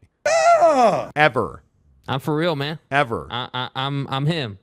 It's about to be Jakey Four Holes. Damn. Conference Commissioner Gumby, Bret Hart sunglasses greater than Prime sunglasses. Can't argue the point. The Hart Foundation, baby. Let's see. Douglas McMartin, Coach Sanders has set the coaching world on fire, quote unquote. How dare he? The old style coaches don't like him like the CSU coach, Jay Norvell. I think there's a lot of that. But, like, I think that we're going to get to this Nick Saban thing in a couple minutes. Saban. Dude, Nick Saban or Dabo or, like, any of the legends in the game. Dude, they go out and get at, like, Bill Belichick. Bill Belichick will go out and get after a reporter. He'll troll somebody. He'll do what he does. But look at Nick Saban on the field with that. What was that infamous bite? And quit asking. Yeah, like right? I'm not. He basically was saying, I'm not talking about this thing, and quit asking about it. And like, quit asking. And nobody had an issue with that because it was Nick Saban. And so my question is, okay, so if the standard is winning national championships, which I don't disagree and I with, think when you win a national championship, you get a free pass on being a red ass. Yes. So if that's the standard, what happens if Deion wins a national championship? Then what? Oh, John Teal, that's right, for $2. They were called extends back then. I remember that. Matt Ritson for $2. Nike sent primetime free glasses anytime. Right, but he's making his own path. Blender's an emerging brand, and I say more power to you, dude. Boss Frog, my guy, what's up? Hi, Jake, looking clean with the high and tight. Yes. Hey, Jake, Boss Frog's here today. Yeah, thank you. Boss Frog, how's the Porsche, my man? Douglas McMartin for $10. I couldn't care less about Sanders' glasses. CSU is just butthurt about being even less of a factor in collegiate football in Colorado. Colorado State is maybe behind the College of Mines. Because it's garbage. Good Lord. Well, I mean, you're not wrong. And we talked about this yesterday, I know. But I think part of this for Jay Norvell was getting in the headlines. Mm-hmm. I don't think there's any doubt about it. Because what does Jay Norvell have to lose here? Not a whole lot. Yeah. Nobody expects Colorado State to compete in this game. Nobody certainly expects them to win. It's a lot easier to come in as a massive underdog and win a game than be a 23-point favorite and cover the number. Mm-hmm. I don't think there's any chance Colorado State wins the game. Very, very slim, if any. Right. If this was a publicity stunt, it was poorly thought through. That's the only thing I can think of. Because why would you poke the sleeping bear in Boulder? Why would you call Deion out by name? Yeah, and I think that the other thing that's going to be really interesting is how they handle this after they win this game. Because I think that's going to be really important for the image of Colorado. The image of Colorado. Well, if you come out before the week leading up to the game, and you're like, hey, it's personal, and then you're doing the sunglasses thing, like you're jabbing back. So the question's going to be, okay, and Deion was asked about this on Pat's show. Hey, what are you going to do about Travis Hunter? It's like we talked about, the workload for Travis Hunter. He talked all about how, like, well, it really depends. Travis got to get his, but if we're up by a lot, I'll take him out. The conversation around this game, I don't think he's going to take dudes out. I think they're going to run it up. I think they're going to get as much done in this game as they can get done. Yeah, I don't think anybody will blame them for winning by 100. Yeah. But then you got to go shake Jay Norvell's hand. And you got to meet him at midfield, and you got to do what you got to do. And even if it's just a drive-by, you shake and you walk your way, he walks his way, we're done with it. Yeah. That's what's required. I don't think anybody will blame Deion if he just rolls out and if he puts up 75, 80 on him, who cares? Yeah. Who cares? I think they earn that. Yeah. Frankly. Giggity says, Jake ain't no boys. Jake's a man. Yeah, dude. Come on, dude. Like, this ain't a boys' game. I'm a man. Okay. Salty Drunk. You're a stud, Jake. Those virgin mocking days are a distant memory. Wow. Wow. Long time listener. Mike Smith, good grief. Don't let the girlfriend show her parents the Monty Show. They might get a restraining order on Jake. Can we go back to the show where we talked about having to go and rescue Jake's Jordans? Yeah. Oh, my God. Steve, if you watch interview that Bill Snyder had building K-State, the reporters treated Bill Snyder and Deion Sanders the same way. You could be right. I have not seen those. I'm sure I have. It's just been a long time. Tarrant County boy, all hail Coach Deion. Big 12, I'm coming. Well, I would say so. Phil Venzer says it's Monty and his parrot. Okay. Do you parrot what I say? I have no idea. Jake never agrees with me on anything, just about. Alex Rea, what's up, Alex? Colorado State made it easy to slam money on the cover and over. Who doesn't love that? Where are you guys putting your dollars on this? 23.5 points. And the number is 63. Yeah, I mean, my instincts on this game say we're looking at like 10 points for Colorado State. I think they will get thoroughly dominated. You think... all right, does Shedeur Sanders throw for more or less than 425? More. More than 425 yards. Yeah, well, what did he put up against TCU? Wasn't it 510? 510. So, I mean, but again, that was a tight game. Had to throw, but I think their offense is predicated on throwing. Colorado's, like they obviously like to put it in Shedeur's hand and let him play make. So, And again, I will just point out, Colorado State's defense is not good, especially their pass defense. Their run offense is not good. And the only way that you're going to beat Colorado, I think, is running the ball on them, keeping Shedeur off the field, and hitting the occasional big play. Because you have a secondary at Colorado that's all they do is ball hawk. So I think Shedeur goes over 425. I think there are potentially multiple defensive touchdowns for Colorado. Because when you throw as much as, and I wouldn't think Jay Norvell's going to change his stripes now. Yeah. When you throw as much as Colorado State throws by having no other choice, Man, I think you're susceptible to unbelievable athletes that make plays at Colorado. Yep. But 63 points. So you're thinking Colorado's going to score 50 points. Yeah, I think the over-under for Colorado for them should be 50. Yeah. Good. 100%. Yeah. Boy, that feels like a lot of fucking points. Well, it feels like a lot when you say it, but then you man. start thinking about it and you're like, yeah, dude, like in an absolute shootout game, they were at 45 against TCU, and TCU's a hell of a lot better than Colorado State is. They are. You know, I think the only question when we talk about games like this is when do they let their foot off the gas? That's the question. They won't in this game. So if we're saying they're not going to let their foot off the gas the whole game, and they're gonna try and lead this thing wire to wire, like I think 50 is the number. And I think I would be inclined to say, yeah, if that's the over-under number we're going with, I'd say more. I think 40's light when you're trying to prove a point. That 63 seems so dangerous to bet the over. Yeah. Because I don't see Colorado scoring 60 points. Well, do you think that Colorado State can conjure even 21 points? A touchdown and 2 field goals is what you would need if we're going with this working theory of yours, and I know you're my parrot, right? But if we go with this working theories of yours that Colorado's scoring 50 points, that leaves 13 points on Colorado State's doorstep. That's a lot of points for a passing offense against Colorado. That's not talented.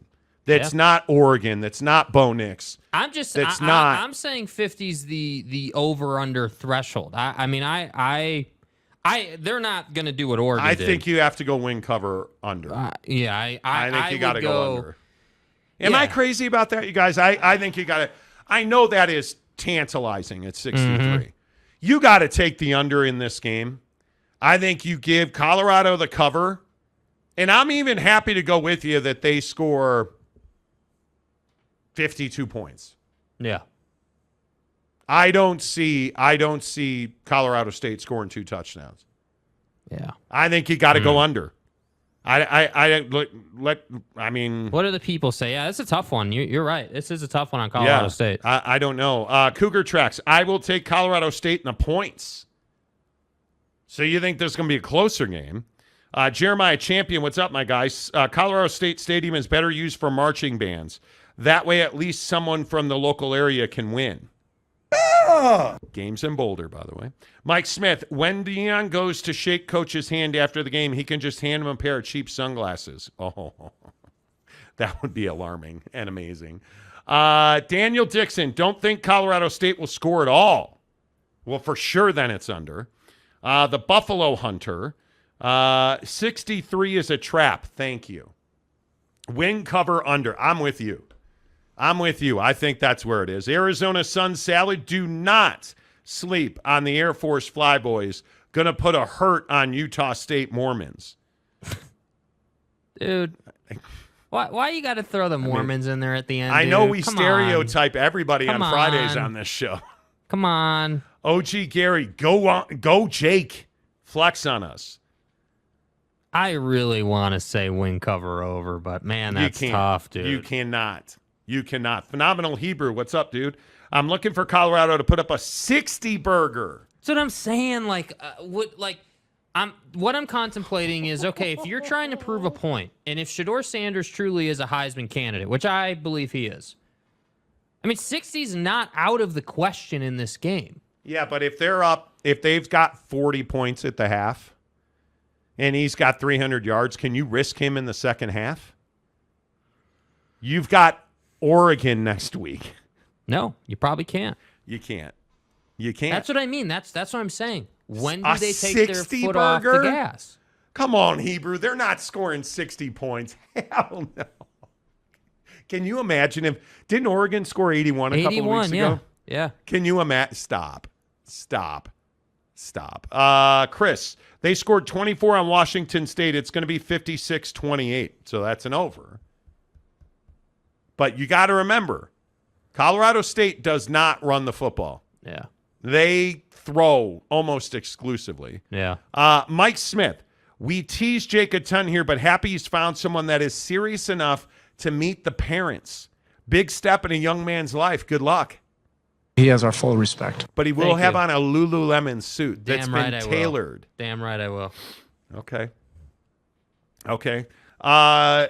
Tarrant County Boy says Jake has that Forrest Gump cut. Jay Toffa. I'm getting the Jay Toffa treatment tomorrow. Yeah, dude. And Lee Jensen is seeing Jay Toffa today. Oh, is he really? Yeah, Jay Toffa said that Lee Jensen's rolling by the shop. I'm telling you guys, if you're in Utah, if you're in Salt Lake, Jay Toffa. He's that dude, man. 78th. Basically, bang it her in 7,800. He's amazing. He is the best barber I've ever known. And a really good dude, too, by the way. Steve, just wait how Deion Sanders in Colorado will be treated by the press with his first loss. Well, we'll find out next week. I think that's a very important question. We'll find out next week. I don't know the answer to that. Jeff Woodward, see you, all gas, no break. Yeah. Yeah, dude. Vorlon Angel, my guy, where you been? Will CSU try to drain the clock by taking the play clock down to 1 or 2 seconds on every snap? Now, and I'm not telling you anything you guys don't know already, but remember what this offense is. Watching their highlights from last week, the Washington State game was not pretty offensively. Mm-hmm. They quite literally do not run. So when you pass a lot, what happens? One of two things. You score a lot of points or the game takes forever. Yeah. Because the clock just doesn't run. Because you're either completing a lot of passes, making big plays, scoring a lot of points. Those plays happen quickly and the clock does not run. In completions and interceptions, the clock does not run. My fear in taking the under in this Colorado game is that Colorado's going to have the ball. I think they score 40 points in the first half. I could see him putting up 5-6 scores in the first half. Let me ask you this about this, though, because Deion was asked about how much he has to weigh Shador's Heisman candidacy and the program getting national respect week in and week out. He was. And we have this conversation in the top 25 all the time. Hey, Alabama's playing a nobody. They better rack up 70 on that team, right? Because it's a nobody, you got to score 70 is usually the benchmark. So that's what I'm saying. If they have 40 in the first half, I would expect him to play at least half of the third quarter, Shador. And if they get to 50, then I think you're resting. You're taking Travis Hunter out. You're taking Shador out. You're playing your depth. I could see them scoring 35, 42 points in the first half. I could see it happening. Alex Rea, Colorado backups will want to show out and have plenty of chances to run it up. I think they will. Yes. I think they will. I have almost no point about it. Well, no doubt about it, rather. If you dig into the video stuff that the Colorado football program does, not just Deion stuff, there's been a lot of assistant coaches' speeches and like secondary personnel talking about how, hey, they disrespected our head coach and we can't let them do it. So, like, this is not just Deion down. This is the whole staff. This is their message this week has been, we are Colorado, and let's show them what that means. Yeah. And if you look at the tape that Jake's talking about, and it's all over YouTube and Twitter, by the way, you hear constantly them talking about we have to defend him. We have to defend him. We have to show them. They love Deion Sanders. Yeah. His players play very, very hard for him. And I think it is remarkable. All right. Time for a buckshot. Okay. And a big, big day at Bucked Up. Today is the 40% off sale at buckedup.com. I got the hookup this morning. I was so concerned about buckshot selling out. I set an alarm for 3:30 this morning. Oh, okay. Woke up and I bought my buckshot 40% off. And I'm telling you, it is absolutely a game changer. Love it. 200 milligrams of caffeine. They have all of this brain food in here. And every day I tell you, quality ingredients that make really good products that simply do the job they say they do. And I look at these buckshots and they lift your mood. They give you mental energy and they give you focus. And I love that. I missed it so much golfing yesterday. Got up this morning, had a really good workout this morning because I'm on the collagen peptides. I'm on the bucked up protein. I'm using their pre-workout. Now, I'm an LFG pre-workout guy. Love it. Absolutely love it because it gets you going. And that's the thing I tell you. If you've ever been thinking, man, maybe I'll try that buckshot. Maybe I'll try bucked up. Today's the day to do it, you guys. Because at buckedup.com, they don't do 40% off. You don't get that very often at Bucked Up. Nope. And when you look at this sale, you can go to their website right now and use the promo code 40OFF. And when you use that promo code, it's going to show you the discount at checkout when you enter the code. Now, this morning I noticed that they were running this sale, and they had a few flavors, and there it is. Blood Raz and the variety pack is sold out again, but you can get Blue Raz and you can get Watermelon Buckshot right now, and it's $29.95. I personally love it. I will tell you that I spent $100 or $200, and I think my bill was $101. Like, I got a huge discount. Big time. Yeah, it's a huge discount. Bucked Up's 40% off sale is not tomorrow. It's today. It's going on right now. Use the promo code 40OFF, buckedup.com. If you've ever been thinking about it, do it now. It is the sale of the day, and you can take advantage of it. Don't take my word for it, man. I'm telling you, their stuff is amazing. Jeff Woodworth, why are the distorted young women in their bras as the background? Well, it's fitness, dude. Yeah, it's a fitness brand. Yeah. Bucked Up is a fitness brand. So they're not in bras. They're in sports bras. They're in training gear. Yeah. One of the major things that Bucked Up sells is apparel. Yeah. So you know. Let's see. Zapata says, I mean, people on this chat, including the hosts, want your opinion on my question. Okay. We get a lot of comments, so I may have missed your question. Let's see. No immaculate. That's not what happened. Okay. What did we say? What's going on? I don't know. Let's see. I have to go back up and see what immaculate said. In Colorado, if Colorado doesn't have to respect a run, they will shut down the pass. Okay, that's not controversial at all. Yeah, I would agree with that. You know. I think that's why Colorado State struggles. I would agree with that. Cougar Track says hello. I don't know what the controversy is about. Steve says Deion won't have any problem until he plays someone with a great defense next week, Oregon. Yeah. Let's see. And it's not the defense of the other team. It's Prime's defense. His defensive line, and I think he even mentioned their linebackers today as a weakness, that he needs better linebackers and better defensive line play. Yeah. Because they can't stop the run. You can run all over them. You can run all over them. There is no doubt about it. It is absolutely their weakness. Daniel Dixon, Colorado State QB will likely be on his back most of the time, which would really be unfortunate. And they run two quarterbacks. Clay Millen is probably the better of the two throwers. But Fowler Nicolsi is it's not like he's terrible, but they combined for 320 yards and 2 touchdowns against Washington State. And Washington State's secondary is not nearly as good as Colorado. Mm-hmm. So I expect a lesser performance. So we'll see what happens. Zapata, immaculate, why is it so difficult to say Coach Prime? I don't know. Space Explorer says get bucked up. You should absolutely get bucked up. Do it. Let's see who else, because we also had to get to a couple other games. Jeff Woodworth says I'm a buckshot. I'm 40. So see what he did there. That was a Mike Gundy reference in terms of his speech all those years ago. You know, I'm a man. I'm 40. I'm a man. You know, he's saying, you know, I'm bucked up. I'm a man. I'm 40.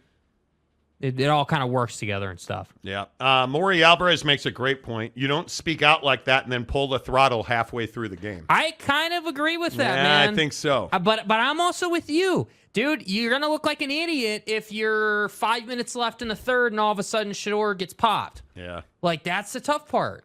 Yeah. And, yeah, by the way, we do American Hero. I love buckshot because it works. I play better golf. And Sunday I'll be up at Canyons playing golf by myself if somebody wants to come and play. When I hit the buckshot at the turn, I play much better. Yeah. It's not even close. It is not even close. So yeah, American Hero, I love the buckshot. I love everything from Bucked Up because it works. Because it works. That's why we asked them to partner with us. Because we use their product. And it just, my wife, she will tell you, her triathlon performance was absolutely assisted by Bucked Up, no doubt. James, Colorado's second string QB is better than CSU's starting QB. Colorado 51, CSU 14. It very well could be.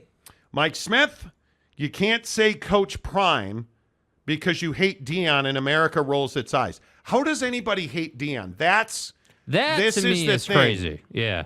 This is the thing I don't understand.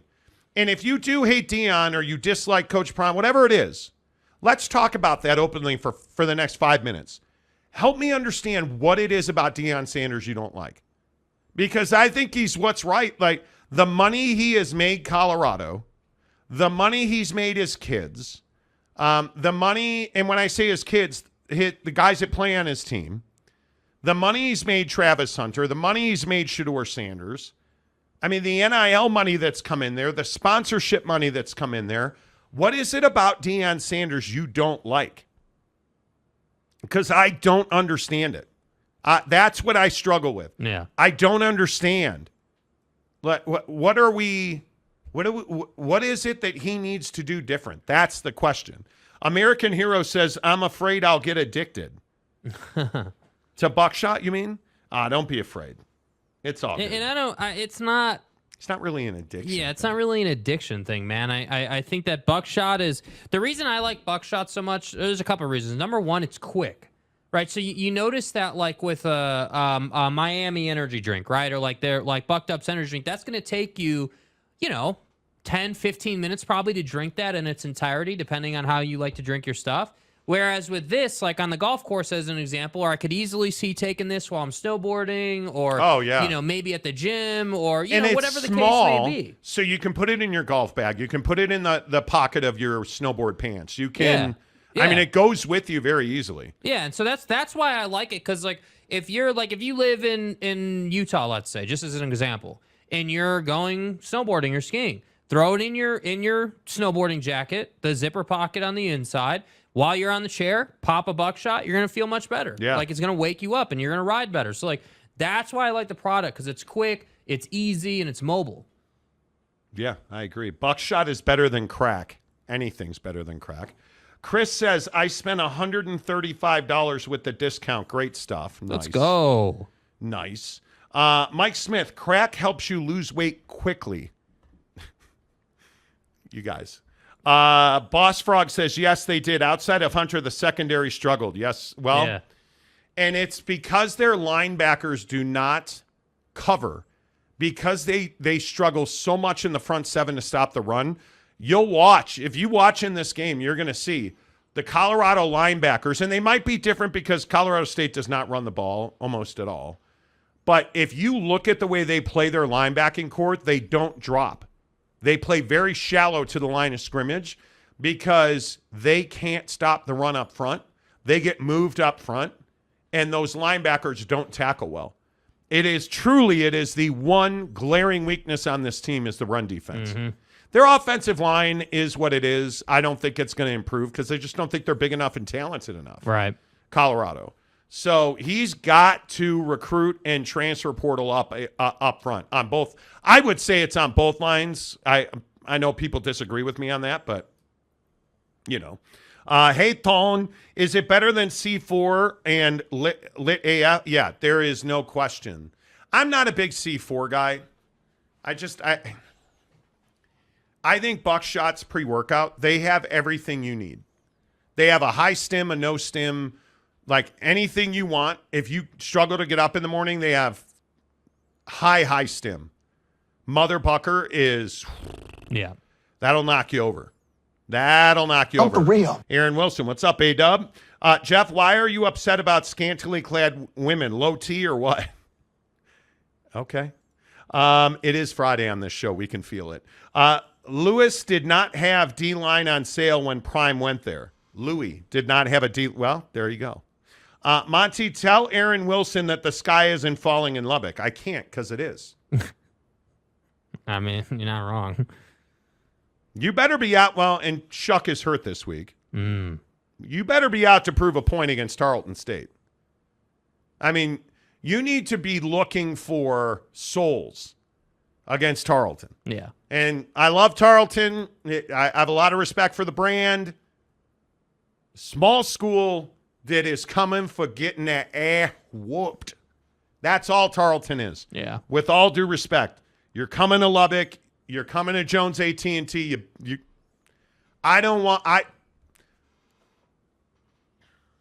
Do not make me come over there, Joey, because I will. This is one of those games where you get back to feeling like you're a badass, because then you got to go to Morgantown. And the sky is falling in Lubbock right now. The biggest question that I have, and again, I just ask because I ask questions. Do you have a better quarterback on this roster than Tyler Shuck? And will we find out the next 2-3 weeks? Because you should beat West Virginia. Avi, you should beat Tarleton. You should beat West Virginia. Houston is struggling. They lost to Rice. You better beat Houston. And you're better than Baylor currently today, although that game's not until October, 7th, I think? Yeah. You should not lose a game until you go to Manhattan. Let's just be brute. Let's stop making excuses because it's Joey McGuire. And I love Joey, and I think it was a really ballsy hire, and the sky is falling in Lubbock. And you know where it's falling? Wherever Tyler Shuck is. Because he's let you down. He's the reason you're 0-2. Tell me I'm wrong. Yeah, you're not. He did not do the job against Oregon. He certainly didn't do the job against Wyoming. And whoever, no. You're not, you know what, Bryce Martin? You're not going to bait me into losing my shit over Texas Tech. Yeah, not whoever today, called sir. the zero blitz on the goal line is a complete jackass. See, I had stayed away from that. Well, I'm saying it for you, because I'm your parrot. So I'm just trying to fulfill my obligations on the show today. Whoever called that blitz is a complete jackass. So, next comment. The sky is falling in Lubbock, and I'll fight you over it. Boss Frog, Nicholls State took the game tape and did the same thing to our secondary. And I TCU fan, I'm hoping that I'm right that this is an October-November football team. Damn well better be. I'm hoping I'm right that this is an October-November football team. But you're 1-1, and now you've got Houston. And the same thing for the boys in Lubbock. Let's just be real honest. Houston lost to Rice. They're going to be tuned up.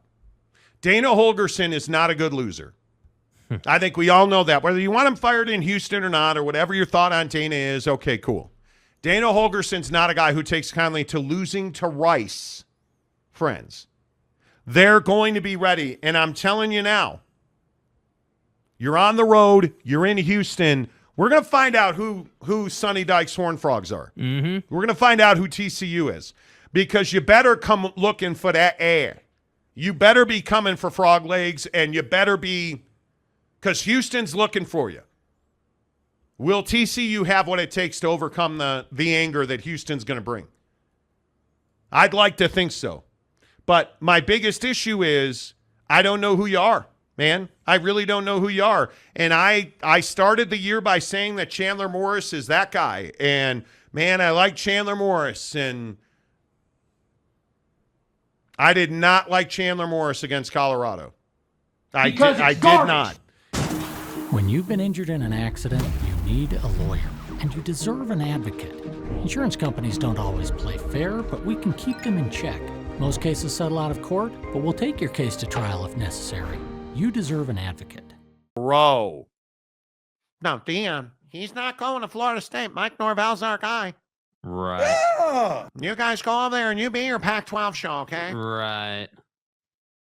Okay, so Florida State loses another recruit. And we're just supposed to think that this is no big deal. Like, you know, this is what we do. You know, 4-star recruits, now the number 2 dual threat quarterback available, decommitted from Florida this week.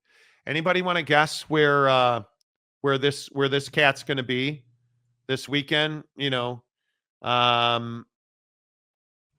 he's a stud, an Elite 11 finalist, 4-star dual threat quarterback. Anybody want to guess what game he's going to this week? Just go ahead, take a guess. So now we know why Billy Napier kept his job. Because according to, you know, we're not an SEC show. Right. But according to SEC shows out there. We're an ACC show. Yeah.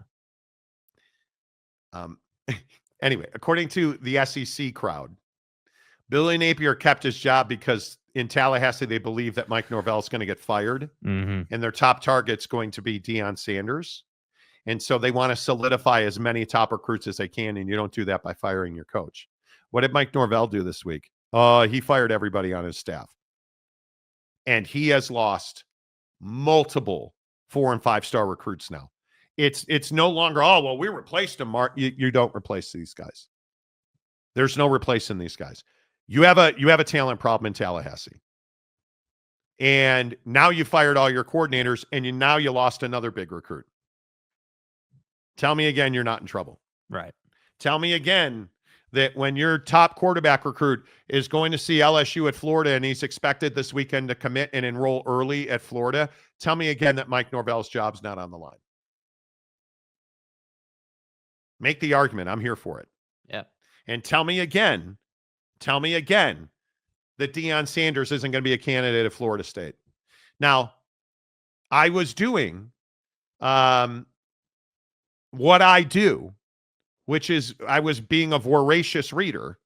It means I read a lot. I sifted through all that. And I started reading, you know, some of the Chicago newspaper guys, wondering aloud if Deion Sanders and Shedeur Sanders could be a package deal for the Chicago Bears.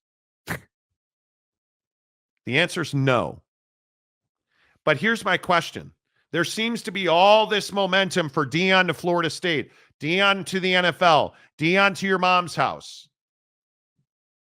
Do you guys believe, in the comment section, do you believe that Deion Sanders, do you believe? Thank you. That Deion Sanders is leaving Colorado. Now, here's my case for it. And here's why I think Deion Sanders is leaving Colorado. Because so is Shedeur and Travis Hunter. Deion's proven everything he needs to prove that he can win at the college level and at the FBS level. He's proven he can recruit. I reminded somebody yesterday, Travis Hunter was the #1 high school recruit in the country. And he went to play for Deion Sanders at Jackson State. Tell me again that Deion can't recruit with Seton at left tackle and Seton's high school teammate now starting at center. Tell me again he can't recruit on an offensive line that is exponentially better than they were. Deion Sanders has proven everything he needed to prove. If Florida State calls Deion Sanders, you really believe he's going to stay in Boulder? I don't. No. I also don't believe that Deion Sanders is looking to jump to the NFL with Shedeur. Do you want to go coach the Jets? Because where would he end up? Ask yourself this question. Is Deion Sanders going to the Jets? Is Deion Sanders going to the Las Vegas Raiders? A lot of people talking about the Las Vegas Raiders. Is Deion Sanders going to Jacksonville, Florida to coach the Jags? A lot of people talking about the Jags and Deion. I don't think he's going to the NFL. I think Deion Sanders. I think there are 2 college jobs he would leave Boulder for. the Texas Longhorns or the Florida State Seminoles. I think other than that, he's not going to any other smaller school. And how many schools? And I think this is where the Colorado conversation comes in. Aren't most schools for Deion Sanders a step down from Colorado? I think they are. He's got a blank check there. He's got great facilities. He's got great support. He's got the administration behind him. Why would you leave that to go to Baylor? Facts. You're not leaving Colorado to go to Baylor. You're leaving Colorado to go to Austin. You're leaving Colorado to go to Tallahassee. And last time I checked, Steve Sarkisian's not going anywhere anytime soon. Deion Sanders, if he gets a phone call from the boys in Tallahassee, he gone. I think it is. I think one, and we talked about it this week, and Colorado fan got all red-assed over it. I know, shocking here on the Big 12 show. Got all red-assed over the fact that Deion Sanders would consider leaving Colorado. He would leave Colorado. Yeah, he would. And has he done great things? Have they supported him? Does he have facilities? Does he have NIL? Does he have yes, and yes? But are you telling me he's not going to make more money, have more facilities at Florida State than he would have in Boulder? Yeah, he would. Because there's only one thing that matters in Florida State, and it ain't your GPA. Right. It's winning football games. And you're one of your best remaining recruits just left with all your other best remaining recruits. Mike Norvell, if there's a hot seat, he's on it. I believe very, very sternly. Deion Sanders isn't going to the NFL. I believe he's going to Florida State. Yeah, I think that if Deion chooses to leave, Florida State would be really attractive to him, and it makes a lot of sense. I think, again, Florida State's got to have the willingness to fire Mike and make that change. But, I think for Deion, the way I would characterize it is he's not going anywhere where his access to the college football playoff and a national championship is less than it is now. And, Florida State has more access to the CFP than Colorado does.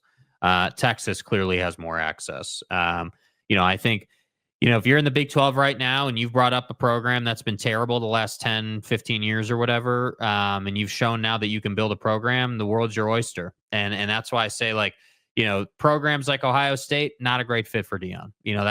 That's just not. Michigan, all the jackwagons in Michigan now. Yeah, see, I don't think he would go there. Coming to the rationale that Sharon Moore was not a good hire. I think we told you that on this show. Mistake. Yeah. You think Deion Sanders is going to leave Colorado to go to probation? No. Recruiting restrictions? Come on. That's a bad football team. Yeah, it's not a great program right now. Yeah, no. I'm telling you now that Deion Sanders, I think he really likes being in Boulder. I think he really likes being at Colorado. I don't think he's looking to leave. I don't think look, let's be really specific on this for all the people that like to say we're just we're just you're a hot take guy, Marty. Creating this. Listen, nobody said Deion doesn't like the situation he's in. That's not the conversation we're having, and don't get it confused. The conversation we're having is, hey, if better opportunity, if a higher level of program comes calling, Deion has to entertain that conversation just like anybody else. And the fact is all you hyenas who don't like Deion's style and want to hate on him for how he goes about building his program and, want to hate on him for the sunglasses and the chains and it's Louis and all that. The reality of the situation is kids like that. Kids want to be flashy. The best high school football players come into the college level to then go to the league. They want to be somewhere where they can get attention. And that's why Colorado has been such a, rousing success for Deion Sanders, because he's turned that thing into one of the most relevant programs week in and week out. That's not to say they're the best program or they can beat anyone, but the word relevant is what you have to understand. So if Deion went to Florida State, are you kidding me right now? You're instantly the favorite in the ACC. You're instantly favored to then go to the college football playoff and contend for a national championship. This is not rocket science, man. Yeah, and Mile High Phil echoes the thoughts of 1,000 people in our comments section. Oh, Julian Lewis. Okay, Julian Lewis from Carleton, phenomenal quarterback. I believe he's a 5-star quarterback. And he's verbally committed, I believe, to Colorado at this point. Where's he going to be this weekend? He's going to be in Georgia, Athens specifically, for Tennessee and Georgia. And I would remind you, this is the single biggest recruiting weekend at Georgia and at Florida. There's a lot of universities, massive recruiting weekend. Yeah. So let me just understand this. And I am not a smart person. I totally understand it. I'm a cut below. No, well, you're a fat old Mormon and dying. Thank you. You know. I'm a cut below Mike Tyson's brain level here, okay? But Google me. Little stupid old Monty. Deion Sanders goes to the conference championship game. All right, cool. We're in January. Deion Sanders, Colorado football season ends. Florida State calls Deion Sanders. He says, okay, I'm going to Colorado. I'm going to leave Colorado. I'm going to Florida State. What would Julian Lewis do? Pack this thing up. We're out of here. I committed to Colorado. He'd go to Florida State. Would he have the ability to go to Florida State? Well, yeah, he would. Because when your coach leaves, what immediately happens? The transfer portal opens. For 30 days. You can go anywhere you want and you don't have to sit out. Could he get to Florida? I think he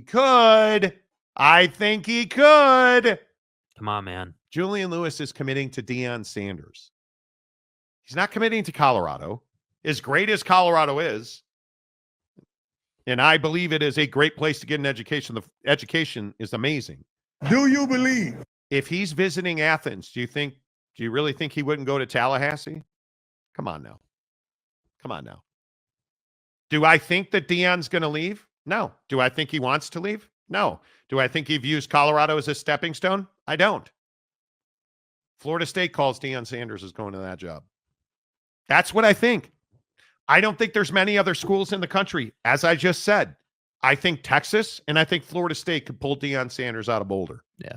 I don't think he's going to the NFL. I don't think he's going to coach Shedeur. It doesn't make sense to. That's the problem. And he said repeatedly that's not what he's after. He's not trying to get to the NFL. He wants to win a national championship in college. Yeah. Then I could see, okay, have the conversation. But this is also a guy who doesn't want to work the rest of his life. He's talked about that as well. Doesn't need to. No, he doesn't need to be coaching now. Yeah. He doesn't need to be coaching now. My point is, he's only going to Texas or Florida State. Yeah. Colorado's not a stepping stone. Julian Lewis isn't committing to Colorado. He's committing to Deion Sanders. I think it is what it is. And I think that's tough. Have you seen the tight end that committed to CU? He is huge. He confirmed that Deion is staying. Juju Lewis is taking over for Shedeur. If Florida State gets Deion, they get an excellent recruit from CU. That's what I'm saying. The recruiting stuff just doesn't matter. It doesn't matter They'll anymore. follow him. Yeah. UW fan Jim, Deion will only leave if he likes money, fame, and sunny weather. It's a toss-up. That's what I'm saying. Aggie 5190. I think Prime is great at college because of his recruiting ability. Put him in the NFL and that gets taken away. That's exactly right. Deion Sanders is somebody who can reach a young kid. Do you know how much more difficult it is to go and reach who's your best player? Aaron Rodgers? Do you want to go and coach Aaron Rodgers? I don't. Do you want to go and try and coach in that Dallas Cowboys front office? I don't. Nope. No, I don't at all. If BYU loses in the Big 12 title game, they're probably getting in as an at-large. They would have to be undefeated going to the Big 12 title game. If BYU loses one game, goes to the college or the Big 12 championship and loses, they're not getting in. So at that point, it'd be a 2-loss team. The math does not add up. Yeah. The math doesn't add up. It simply does not. Yeah. The Big 12 would be the Big 12, in my opinion, what's best for the Big 12, and BYU fan, put your hands at 10-2. BYU going undefeated and winning the college or winning the Big 12 championship game is not what's best for the Big 12. What's best for the Big 12 is BYU goes undefeated for the next 3 weeks, goes to the conference championship game against Colorado, loses to Colorado, who also went undefeated to get there. Colorado goes in as an AQ. BYU gets in at large. Yeah. 2 teams in. That's what's best for the Big 12. I know that you don't like that, but Old Tatanka. Old Tatanka. Here we go. I love that name. No. Watch Well Off from Wednesday. No. He loves it here, and he's not an FSU fan. They didn't hire him last go-around. Do you think he's going to say anything other than I love it at Colorado? Do you really think he's going to say, like, I watch Coach Prime, I watch his show on Prime Video, like, I watch his social media, like, do you really think he's going to say, man, I got to tell you, Colorado, when Shador's gone, I'm gone. Yeah, do you think he's going to pull a Mike Gundy? No, he's not. No, he's not going to criticize Colorado and their fans, and he's not doing that, dude. He's not doing that. Make sure you find the Monty Show on Spotify. Spotify, you can watch our show, listen to our show, video and audio. Spotify. All you have to do is search Spotify, The Monty Show is where you'll find us on Spotify. You are just looking for clicks.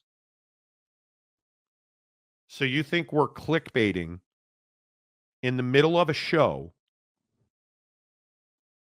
because we're talking about Deion Sanders going to Florida State?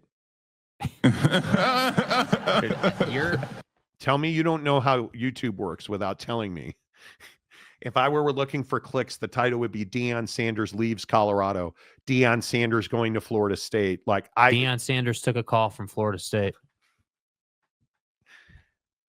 This is what I just keep saying. Take your emotion out of it. Use common sense. I know it's sports. We don't do that here. I know, we're like Deion, though. We only play for clicks, so, Ask Dan Lanning. Yeah. Tanner, also, why would Prime leave the incredible view in Boulder for anywhere else in college football? He talked about the incredible view. Listen, I understand you don't like it. I understand it to be upsetting. You feel like you would go back to irrelevance. That doesn't mean it's not happening. No, you don't feel like you would. You would. And you damn well know that. It's not personal. Like, Tatanka, you getting upset and saying we're clickbaiting?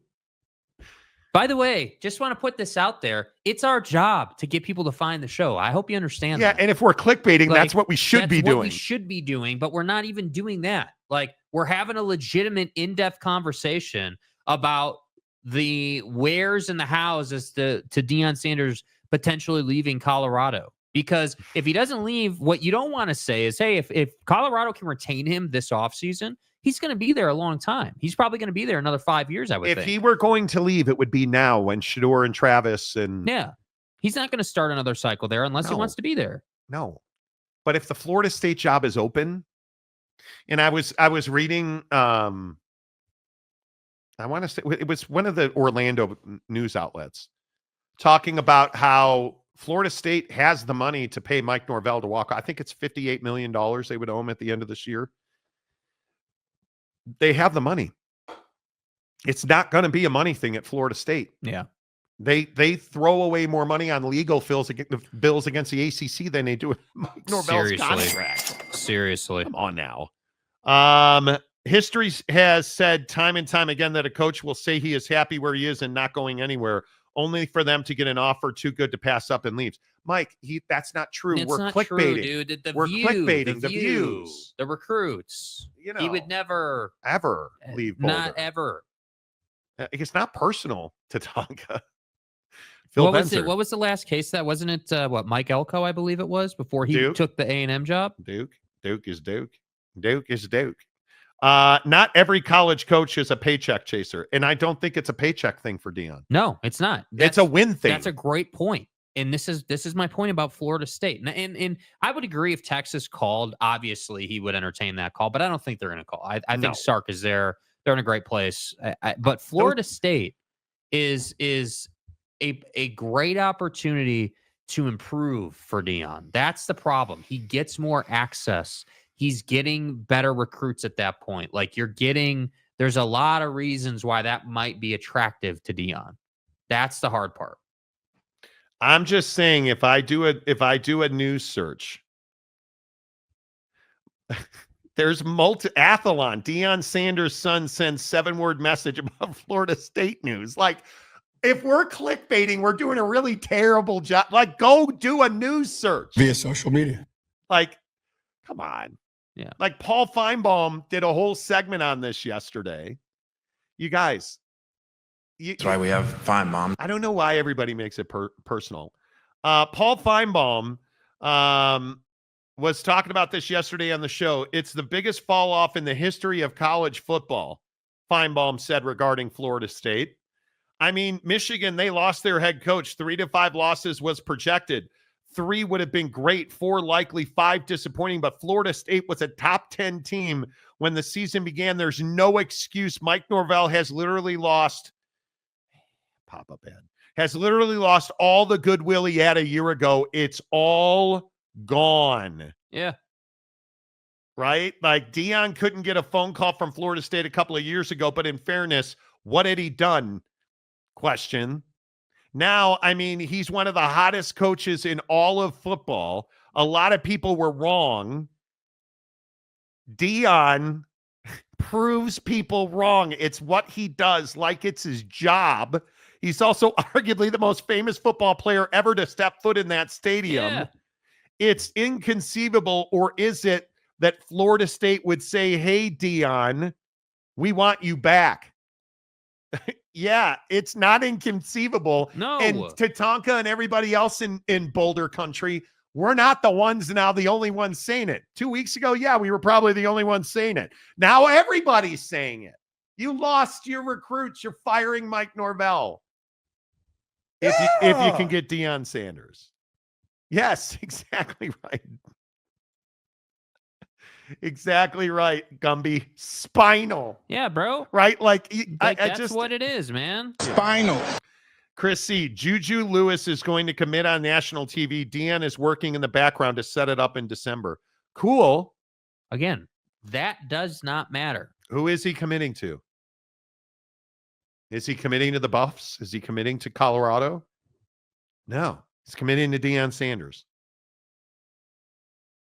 If he's taken a visit to Athens, I understand why. But that tells me he would play in the Southeast. Well, he wants the SRT deal. That could be very true. Could be very true. The stadium guy. Coach Prime to FSU, and that QB who decommitted from Florida State would reconsider if Prime went there. I think he probably would. Yeah.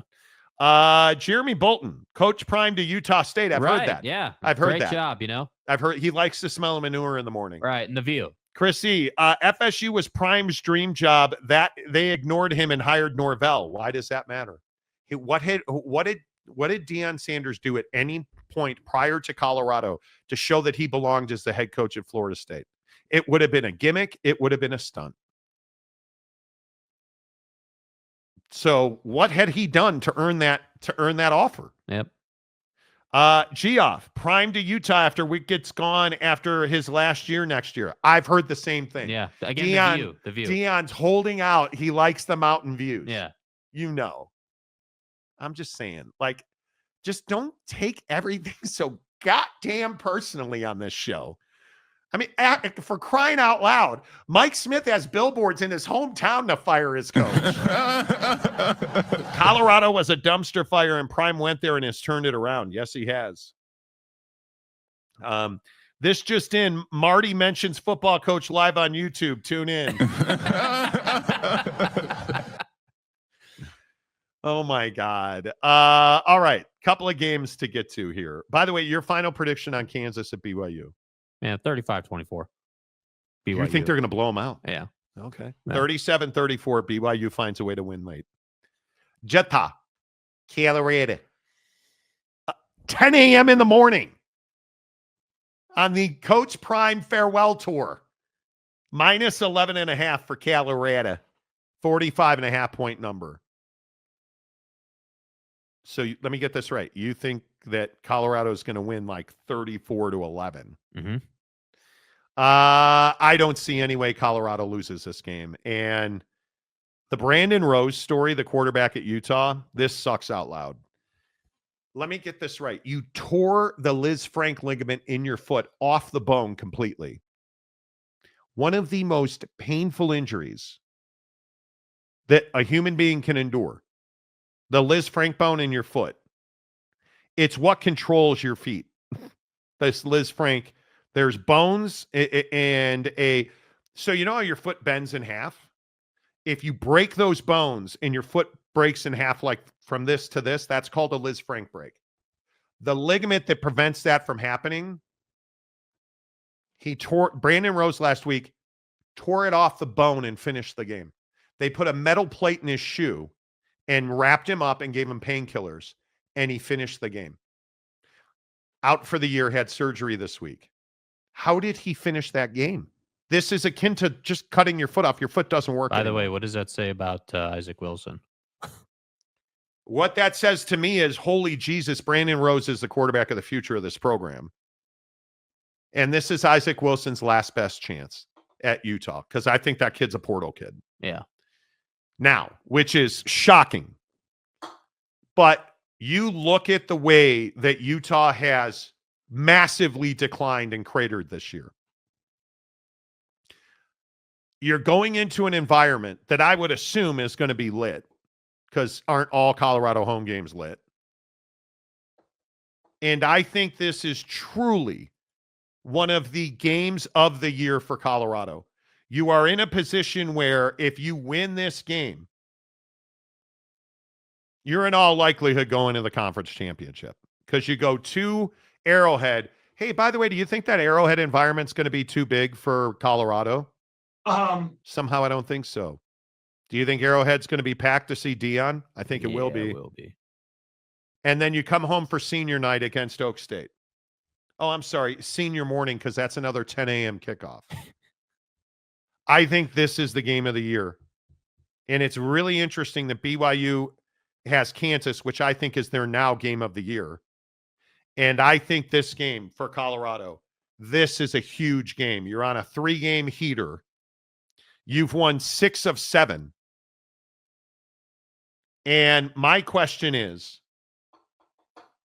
how much does Utah fight in this game? How much heart does Utah have left in its tank? I think a lot. I think Utah wants to prove a point. And I think this is going to be one of the most difficult games of the year for Colorado, because that Utah defense is running and they're downhill and they like to hurt people. And I think that defense is solid, but my biggest question is, can this secondary hold up for 4 quarters against those wide receivers? If it does, I think Utah can win the game. Yeah, and I don't think it can. And I think that the problem is that, you know, one of the biggest takeaways for Colorado's offense coming out of the Texas Tech game was the throw it to the flat game that really bailed Shedeur out multiple times. And they are putting together offensive schemes that are accounting for the fact that their offensive line sometimes can't hold up against the more prolific pass rushes in the conference, which Utah has clearly. And so to me, I would fully expect that Colorado is probably not going to try to run the ball too much against this Utah defense, which I think is a good move. You're not a prolific running team. You know, it's just not what you do. But I would 1,000% expect a ton of screenplay, a ton of, 3 to 5 yard in route, quick, get the ball out type play until Utah backs off the pressure and is forced to play zone in the secondary. And then once that happens, then I think Colorado's in a better place. But that initially is, I think, how that's going to decide how this game goes. If Colorado can put a scheme together that handles the pressure and gives Shedeur a way to avoid just taking yet another beating, they're going to be fine in this game. Can you bring the Utah linebackers close enough to the line of scrimmage by running the football to allow that quick screen to Travis, who takes it 40 yards to the house? Because I don't think that's going to be very easy. Texas Tech's defense is wildly undisciplined. Yes. Utah's is not. Yeah. And the biggest question is, with this Utah pass rush, who's not getting home at the rate that we're used to in Sac Lake City, can they move Shedeur off his spot with enough physicality to prevent the explosive play down the field? Because that's going to determine this game. Colorado is not even going to try and convince you they're going to run the ball to beat you, because they're not. They're going to throw the ball, and it's your job to make sure you don't turn a 10-yard crossing route into a 50-yard touchdown on defense. And this defense usually doesn't do that. They have solid, if not spectacular, but solid corners who cover well. And they are solid. So my biggest question is, can they prevent the explosive play over the top? And I don't know, man. I think you're playing on such a fine margin at Utah, meaning if you were to hold Colorado to 21 points in this game, that's a damn good defensive performance. Like, you're talking about holding one of the most explosive offenses in the Big 12 to 3 touchdowns in an entire football game. That would be crazy. Crazy. And that's what I struggle with is Utah's defense is really, really good. They're disciplined, they play hard, they get after you. But again, a really good defensive performance against Colorado would be low 20s. And I don't think you can score even 14 points in this game. I think that's the problem. The biggest question. Can Utah score? This Colorado defense has been solid. They've won 6 of 7, largely on the back of getting third down stops. Yeah. Which they've done at an increasing rate week after week now. You're not seeing the stupidity that wreaked havoc on this team early in the year. Shiloh Sanders is back at the top of that defense, so they have a lot more stability back there. And by the way, this Utah offense has to run the football. They have to break off big runs for touchdowns. You can get that against Colorado. You can get that behind a really good Utah offensive line, which now might be the best in the conference. I just don't think that you can score 17 points. And I think, to your point, 17's not beating Colorado. They trip and fall on 28 points. Yeah. I think the biggest question is, does Colorado score a defensive touchdown? And if Utah breaks 20 points, they may well win this game. Because that's going to take multiple possessions away from Colorado if you score 20 points. I don't think they can. I think it's 34-17, and I think Colorado wins this game comfortably. Yeah, and think about how the Oak State game went for Utah, because we're getting that same setup. Defense and Isaac Wilson. Like, that was a grinded-out game against a team that has a poor offense. Yeah.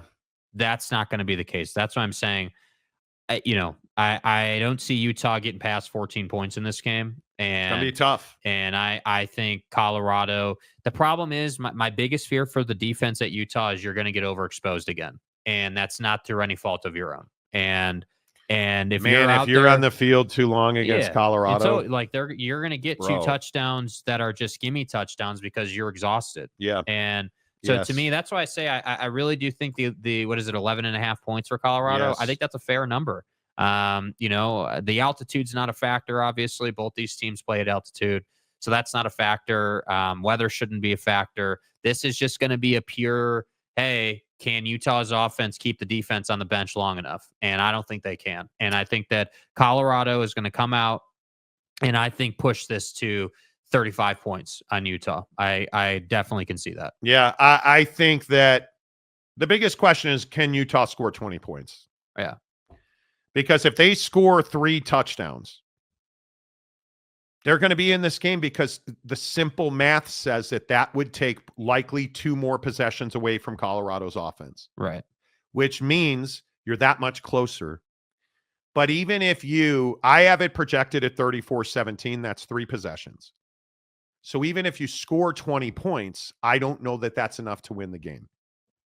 I think you would likely have to be 24 to win this game. And your defense would have to be perfect. Yeah. Because you just can't run with Colorado. Texas Tech learned this. And as I said last week, Texas Tech simply does not have the quality athlete it takes to win in this league on defense consistently. Utah has that. They don't have enough of it to stay with Colorado's offense.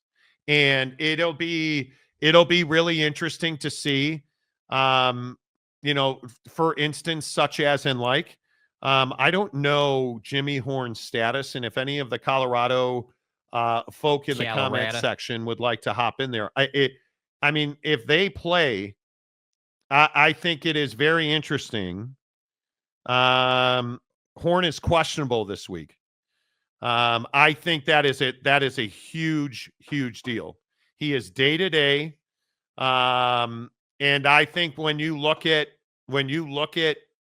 their depth at wide receiver, even with Jimmy Horn out, Omarion Miller's out for the year, I think you're going to have to deal with a lot of look at the depth that Colorado brought to Texas Tech at wide receiver. Was it Travis Hunter that debilitated you? Yeah, 9 for 99 is horrendous, especially when LaJohntay Wester, who is absolutely feasting on secondaries, had 6 more for 82. Will Shepard, 8 for 79.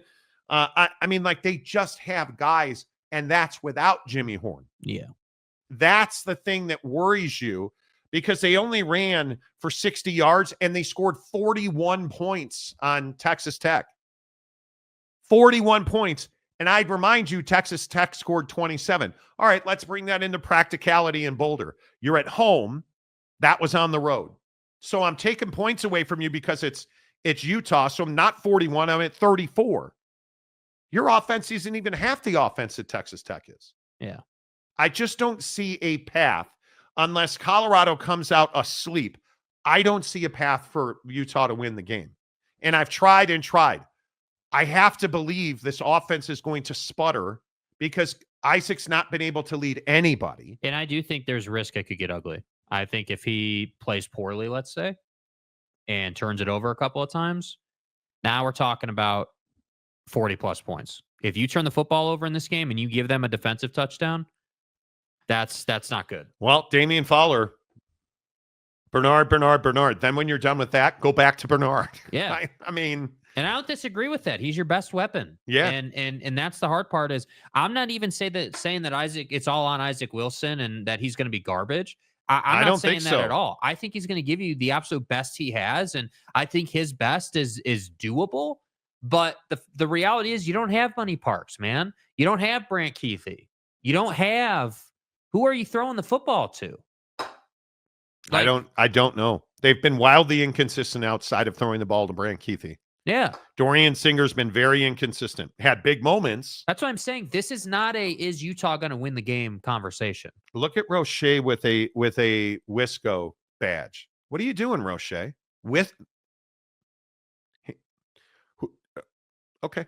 Mike Smith, Utah needs their A game on defense and offense. Isaac Wilson's got to be the next coming. For them to win this game, we'd have to see something out of Isaac Wilson we've never seen before. Yeah. Yeah, and Mike, you're right. They got to play the game, right? I think it is really tough right now offensively for Utah, and I have a lot of compassion for what Witt's going through because that's got to be maddening. Yeah, it's got to be absolutely maddening. Dad? Honey, what's wrong? I got in an accident. Are you okay? I don't know. Okay, did you call the police yet? Yeah, I did. I'm gonna call an advocate and you can tell us both at the same time, okay? Hey, Sarah, your dad told me that you need help. So, is there anything that I need to do? Or... Just focus on getting better. With an advocate on your side, you're never alone. Today's the day. And look who I just met. Hey, Dad. You deserve a worry-free recovery. You deserve an advocate. But I do want to start with this situation at Colorado because I do think it's fascinating how many people are absolutely falling over themselves to get Deion Sanders. And he hasn't won anything yet. And the question I always bring myself back to is, what has Deion Sanders done to accumulate all this belief that the Big 12 has to have Colorado because of Deion Sanders, that the Pac-12 can't lose Colorado because of Deion Sanders? Jake, what has Deion Sanders done to garner all that attention? Yeah, I mean, I think he hasn't lost yet. Now, the places he's been as a head coach obviously are lower end. They're not Pac-12. They're not P5. They're not, coup de grace, like no doubt about it. This guy's a winner type places. But I think that there is a ton of transparency around his life, and I think it allows people to more easily believe that this guy can build a winning culture. And really, I think that is the core of the belief in Deion, whether we're talking about the Amazon show that he's doing or, whatever you want to look to. I believe because there's transparency in the guy's life and he's constantly showing you what he's doing, that it allows you to say, okay, yeah, I do believe in this guy. He does set a standard. He does have a level of accountability. He does kick players out of meetings because they wear jewelry when they're not supposed to. Like, he actually does follow through on the things he's supposed to follow through on. And I think that ultimately, when we get down to the core, is why people believe in Deion. For me personally, I believe in the guy because I just think that he has that it factor. Not the it factor that made him a celebrity, but more the it factor that makes players want to play their ass off for him. And I think that at its core is why he will be successful as a head coach, especially at the college level. I don't know if you were to put Deion in an NFL locker room, I'm not so sure that he'd be successful because I just think it's a different dynamic. You don't have, like, you've already made it. You're already getting paid. But when the corny thing you mean? Is that like, I feel like there is a bit like to the Pastor Prime thing. Like it feels a little corny to me at times when you listen to his message. Now, a lot of what he talks about, the way you live your life, the way you handle women, like the way you handle school and opportunities, a lot of that resonates with me. But I do think there's quite a bit of Deion that's an act. Mm-hmm. Yeah, I mean, maybe. But I think whether it's an act or it's real, it's working. I mean, he hasn't played a game yet, but you're obviously seeing that he's recruiting. He's doing well. Obviously, NIL has been going well for their program. He's been taking care of the business side of college football. So I don't know. I understand why you might have some hesitations, but I don't hesitate on this guy. This guy feels like someone who, at a minimum, is not going to be as bad as they were. And I know that's not the bar, right? But for Colorado, the reality of the situation is you brought Prime in to be better. You brought Prime in so that your program could be more successful, could be better at recruiting guys, could be better at doing NIL deals, could be better at like just overall college footballing. And I think that, for me, in the first season for Deion, is what I would be looking for. I'm not telling you they're going to win the Pac-12 right out the gate. I'm not telling you that they're going to be a 10-win team. I'm not telling you all that's coming year one. But I do think they're going to be better than 500. I do think that they're going to be able to beat anybody they play. They're also going to have some bad losses, 100%, because I think Deion, one of his weaknesses is because he amps his team, because they're always playing right up to the limit. Sometimes you're going to make mistakes. Sometimes, Shador is not going to have a good game. Sometimes, things just aren't going to work out. So my expectation would be, 2 games over 500. That's what I would look at, an 8-win team, something like that. That's what I would expect out of Deion in his first year at Colorado. But I think the other side of this conversation is obviously the Big 12, right? Hey, should the Big 12 value Deion? Should the Big 12 add Colorado because Deion has Colorado? And I'm not so sure that I say yes to that. But what I'm going to say is it doesn't hurt Colorado's resume to have Deion Sanders coaching your football team, because of what he did as a pro and because of what he's done so far. And I don't know how someone disagrees with that, man. I don't even disagree with that. But the thing that I struggle with is this hype machine. I struggle with the idea that Colorado's any more valuable the day they hired Deion than they were the day before. They haven't played a game yet. If they don't come out this year and become markedly better than they were last year, how much damage is done to Deion Sanders? And furthermore, if you put Colorado in the Big 12 in 2 years, are they successful? Do they win a significant amount of games? I don't think they do. I really don't. I think this is 3 to 5 years away from Colorado being a real contender for any conference at their end, let it be the Pac-12 or the Big 12. I just don't think that Deion or, Pastor Prime or Coach Prime or whatever the shtick is these days, you can't do what you did at Jackson State and think that's going to be good enough at Colorado. God bless. Bottom line, I think he has a long way to go. And again, I love his messaging. I'm not trying to hate on the guy. I'm not telling you that he's a terrible coach, because certainly he is not. But what I am telling you is that I think he has a lot of proving to do. I think he has a lot of work to do. Mm-hmm. And I think Colorado, in this meeting that they had today, and if you missed it, the Colorado Board of Regents had a meeting today to talk about the Pac-12, amongst other things. And we're told that there was not a lot of substance that came out of that. There was not a resounding, hey, we're going to the Big 12. There was not a resounding, hey, we're staying in the Pac-12. It feels like not a lot came out of that meeting. Now, That may change over the next 6 hours as people start talking more. But from what we understand, there was nothing substantive coming out of that meeting. And I mainly because I will maintain what I've been told for months now.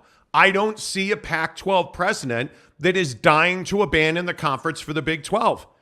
I don't. And I think that includes Colorado. I think Colorado is a lovely fit in the culture of the Pac-12. I think, obviously, with its history, it's a lovely fit in the Big 12. Yeah. But if we're truth-telling, Colorado really is inconsequential. Because I don't think they ever consistently win in any major sport, whether it be football or basketball or any other sport you want to point to, whether it's Prime or somebody else. There are obvious issues built in. Educationally, they are trying to do things to help the football program. I totally understand that. But until we see those things on the field, I don't believe you can just nod your head and rubber stamp that Deion Sanders is taking Colorado to the college football playoff, and that's just a fact because, Jake, I don't think it's a fact. No, I don't think that's a fact at all. And furthermore, I'd say, again, and I want to be really clear of my stance. I believe in Deion 100%. I think that Deion will do great things at the D1 level in a P5 conference. I think he will. At the same time, I think that saying that this guy is going to take his program to the college football playoff in year one is absolutely ridiculous. I mean, a bowl game in year one. Yeah, I mean, I think even a bowl game. You're right. A bowl game in year one, I think, would be a hell of an accomplishment. I mean, I think we have no choice but to compare Deion Sanders to Lincoln Riley here, going to USC, because obviously, like, Lincoln Riley had a bunch of experience at Oklahoma, right? Like, he had his success, did some great things. But year one at USC proved to be a bit challenging. There's a lot that goes into building a program. So I agree with you that it takes 2-3 years to build up a program to be Pac-12 championship caliber or competitive. But at the same time, imagine if Deion Sanders won 9 games his first year. Can you imagine? Can you imagine? And really hear me out on this, because this applies to Utah. This applies to several other schools in the Pac, and really, in my opinion, any business in the world. Anytime that you have a bunch of success in year one doing something new, you need to tell that story. And Deion uniquely understands that proposition. And so he doesn't even need to win a bowl game or make a bowl appearance or even be, in my opinion, bowl eligible to have Colorado be incredibly relevant in college football, because that's the next thing. If we really think about this, isn't that the next thing in helping to make your case for bowl games and the college football playoff? Because think about it, what are a lot of these programs not doing? Well, they're not doing reality TV or like documentary style TV the way Deion's doing it. Right? Like, I don't see Alabama or Georgia doing what Deion's doing. Well, because they don't have to, because they're a great team. But I would remind you, they were what, 1-8? I think they won one game last year. They were terrible. They were 1-8 in conference last year. Yeah. 1-8, 1-11 in their 12-game schedule. And now all of a sudden they are front and center. Now all of a sudden, and I agree with you. It's not that Prime was a Hall of Famer and a great NFL player and a great college football player. All of that's true. I think it's because he gets it. He's on social, and not even Deion Sanders is not on social. He's got a guy who's on social for him. Facts. He's got a videographer that follows him around. He's got a cutter who follows him around. You know what he's doing. It builds excitement. He treats people well for the most part in the public-facing arenas anyway. He treats people well. He acts like he's a rock star. He assumes he's going to be the best in the business. Facts. And that's infectious. And for my money, that's why Deion Sanders, nobody's thinking about the fact that Colorado was 1-11 last year. Nobody is thinking about that. Nobody's thinking about nobody's thinking about Bill McCartney. Nobody's thinking about any of the struggles since the McCartney success. None of that. Who the f*** is that guy? They're excited about Deion Sanders. They can't wait for spring football. They can't wait. Like, already, look at the weight room film that we're seeing already. Yes. Look at the tape coming out of the Colorado weight room. Look at all of the gear they're wearing, all of the branded shirts they're wearing with all of his sayings on them. Like, seriously, it's already been a remarkable culture shift at Colorado. Yeah. So has he been successful already? I don't know how you can't say it. Yeah. I think he's already been successful. Absolutely, positively, 100%. He's been successful. I think that it just, when you get down to the nitty gritty of like, hey, you're standing on the white paint on the football field, calling the play into Shador, and you're down 7 with 90 seconds to go and 1 timeout. Yeah, then we'll find out how successful you are. But I'm not going to sit here and hate on this guy. I don't think that it's a stretch or too much to say that he's done a good job so far. And I agree. The proof is in the pudding, 100%. All of this is for naught if you go out and you're a 1-11 team again. That's right. All of it's for naught. But I think we can all agree that they're going to be better than 1-11. Yeah. I'm comfortable saying they're at least a 6-win team. That's what I'm comfortable saying. I'm not comfortable going past that number. If you go past that number, great. If you go 7 or 8 wins, great. But 500 is the minimum for a guy who played in the NFL, for a guy who has the culture he has, for a guy that runs the program the way he runs it. 500 is the minimum, in my opinion, no matter how bad your roster is. That, I think, is the minimum. So that's why I say, I think just the baseline, like, big picture conversation about is Prime successful? Yeah, he's been successful so far. But I think this Big 12 angle and, like, how Brett Yormark, as an example, would view Colorado now that Prime is there versus before Prime was there, like, that to me is impactful because from a business standpoint, right? From a business standpoint, Prime is very valuable. Prime is somebody who can really help you tell the story of your conference. Like, if you have last year, just as an example, because we all saw what happened with TCU. Imagine if Colorado was in the Big 12 last year and Prime had a chance to play TCU and had lost to TCU on TCU's way to the college football playoff final. You would have had all that behind-the-scenes stuff because Prime's doing that. That's why I'm saying the Pac-12 has value in Colorado. The Big 12 has value in Colorado. Well, he's a revenue stream. Yeah. I think that's the thing that nobody wants to talk about is that Deion Sanders is absolutely a revenue stream. And I think when you look at Prime, and I think when you look at what they were last year, you look at what he immediately instilled at Jackson State. I think the other thing that you have to remember is Jackson State is nowhere near Boulder, Colorado, and I don't think you can compare what he did at Jackson State to what he's going to do in Boulder. Because at the HBCUs, I think you inject just a little bit of money and a lot of enthusiasm, you're going to win games. Yeah.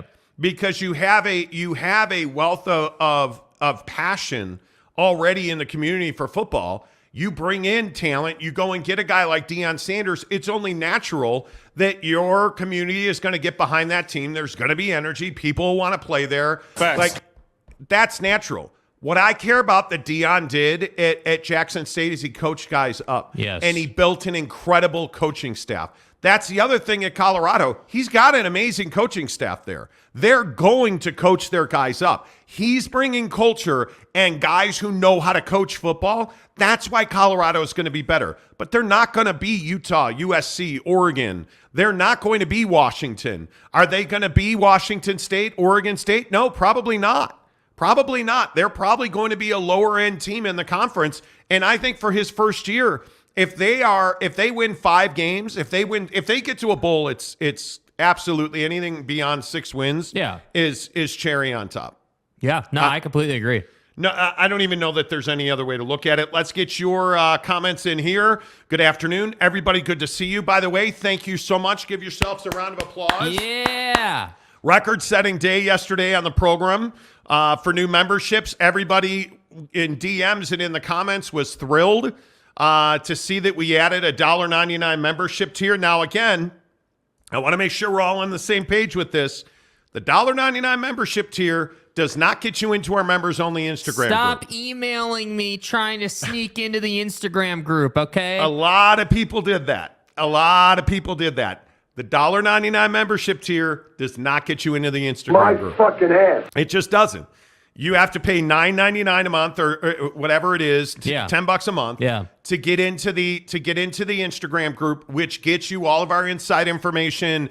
It gets you information on the Big 5-0 birthday bash. It gets you automatic entry into the Big 5-0 birthday bash. Like, you get a lot of stuff with the $9.99 membership.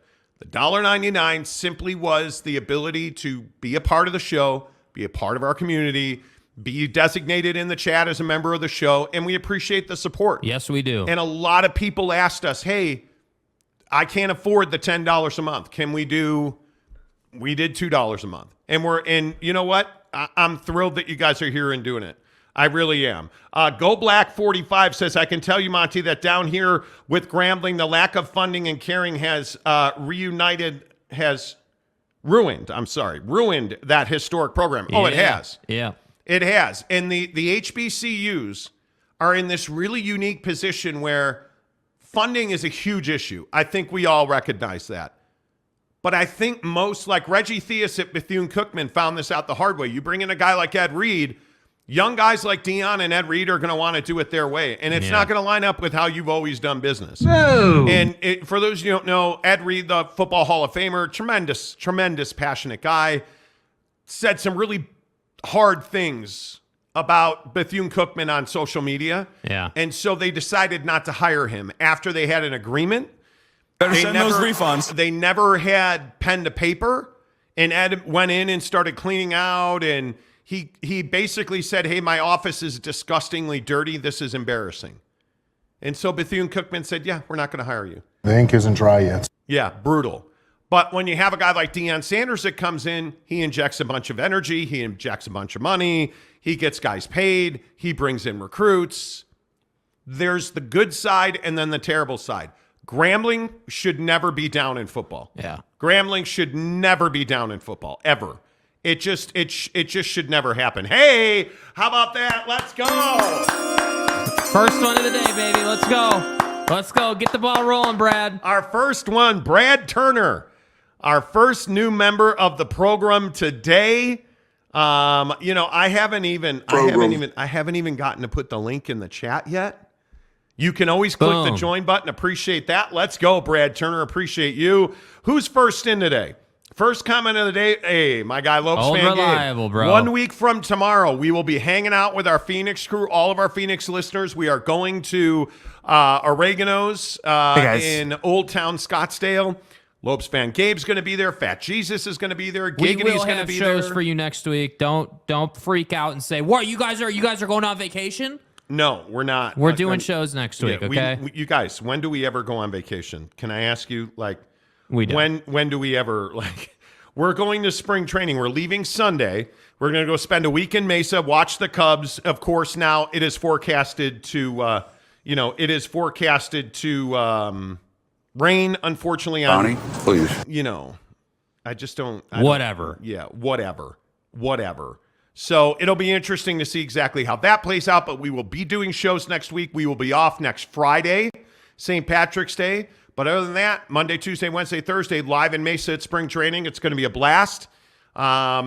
This week has been an absolute roller coaster ride. Yeah. Jazz Perch says, good Wednesday, guys. What's up? Brandon Trujillo says, what's all this rumbling about there potentially being a sports book involved with the Pac-12 media rights and the Pac-12 network hiring more people in the production department? So a lot of people in Pac-12 country are talking about the fact that the Pac-12 has opened a production facility in the South Bay in San Ramon, California. And essentially what they're doing is they're not going to have a TV network or networks in the Pac-12 networks anymore. They're going to be producing content. Now, does that mean features and shoulder content for games, or is that, hey, this is our production house for football, basketball, live sporting events? Could be a combination of both. Yeah. That's known already. That is not a surprise. The sportsbook thing has been talked about for a few months, and it is a way for the Pac-12 to generate new revenue. The issue is that, and I think we've talked a lot about this on the show, that there is a split over whether or not you should be able to go full stream on an Amazon, an Apple TV. Well, the problem is there's no money in that, right? There's no money in that. And you're losing money on that deal. So what a lot of people have talked about is bringing in, name your favorite sports book, whether it is, I don't know, BetMGM, right? Bring in BetMGM to be the official betting partner of the Pac-12 conference. That way it's an influx of cash. They bring you this, they bring you that. The bottom line is it makes up for the lack or shortfall of revenue in the conference. Now, is the NCAA going to pass that? I think that could be tough. I think that could be very tough. But if you're the Pac-12 networks, or if you're the Pac-12 content creation company, you don't really care about that because all of your content will be brought to you by BetMGM. So there are a bunch of different business models. I don't know how all of that shakes out. I don't know exactly how up and up or how on the up people would view a college sports conference doing business head to head, essentially hand to hand with a BetMGM or any other sports book, Caesars or FanDuel or Fanatics, whoever you want to point to. But it's absolutely a revenue stream, and it's absolutely coming. Because one of the things you got to remember now, in a lot of the NFL stadiums that college games are played in, there's a sports book already in that stadium. It is the next incarnation of gambling in this country, unless you're in the great state of Utah and several others, where you're not allowed to gamble on sports. But it's absolutely coming. I mean, you should get ready for the fact that your favorite college sports team is probably at some point going to be in bed with a gambling operation. And I know that there are some, there are not a lot. There are some in this country that are, but the bottom line is I think it is in my mind, it is one of the things that the Pac-12 has to do, because when you're left behind the curve and you don't have the money that the Big Ten has, or even that the Big 12 has, I mean, it's a big revenue shortfall. That's the reality of it. Yeah. I mean, I think that, you look at sports books, you look at, advertising, you look at any way that a college program could make, revenue. And I think that you need to be open to it. I think that, gambling in this country is something that is like looked down upon. I feel like sometimes people feel like, oh, well, we're causing like people to like lose themselves or ruin their life. And I'm here to say, like, gambling is just another thing. Whether we're talking alcohol, whether we're talking guns, whether we're talking cigarettes, drugs, whatever. Gambling's right up that alley for me. And I feel like, if a sports book wanted to get involved to help the Pac-12 survive, let's say, then more power to them, man. Because ultimately, a sports book is a bank of sorts. You know what I mean? Like, you're giving them their money, or you are giving them your money. And obviously, depending on the result, you may get more money back or you may not. And to me, I just think that it's business, man. Like, sports books are always going to be involved. And I just wish that we would have some more flexibility around it, because ultimately, we know, like, we have, OG viewers on this program that gamble every day in this state, right? Like, even though Utah's, against it, like, I know people that do it. It's no secret that it happens. So I don't know why we run from the whole sports book gambling, thing. It just isn't necessary. And frankly, it's a revenue source that I feel like should be leveraged to as high a level as possible. The gambling thing has bothered me for a long time, because I just don't see any reason that it should be taboo. Why is it taboo? Help me understand why gambling on any sport is taboo. All around the rest of the world, it's all anybody does. In our country, you can smoke cigarettes, you can drink as much alcohol as you want. In certain states, you can smoke weed, but you can't gamble on sports. Yeah. I'm amazed that we don't have a national referendum on gambling. Yeah. It is truly shocking to me, in a country where we want gun rights and we want all this other stuff, but what we don't want is your freedom when it comes to certain things. And I think sports gambling is absolutely one of those that I think we really have to take a hard look at and wonder to ourselves, like, what are we talking about here?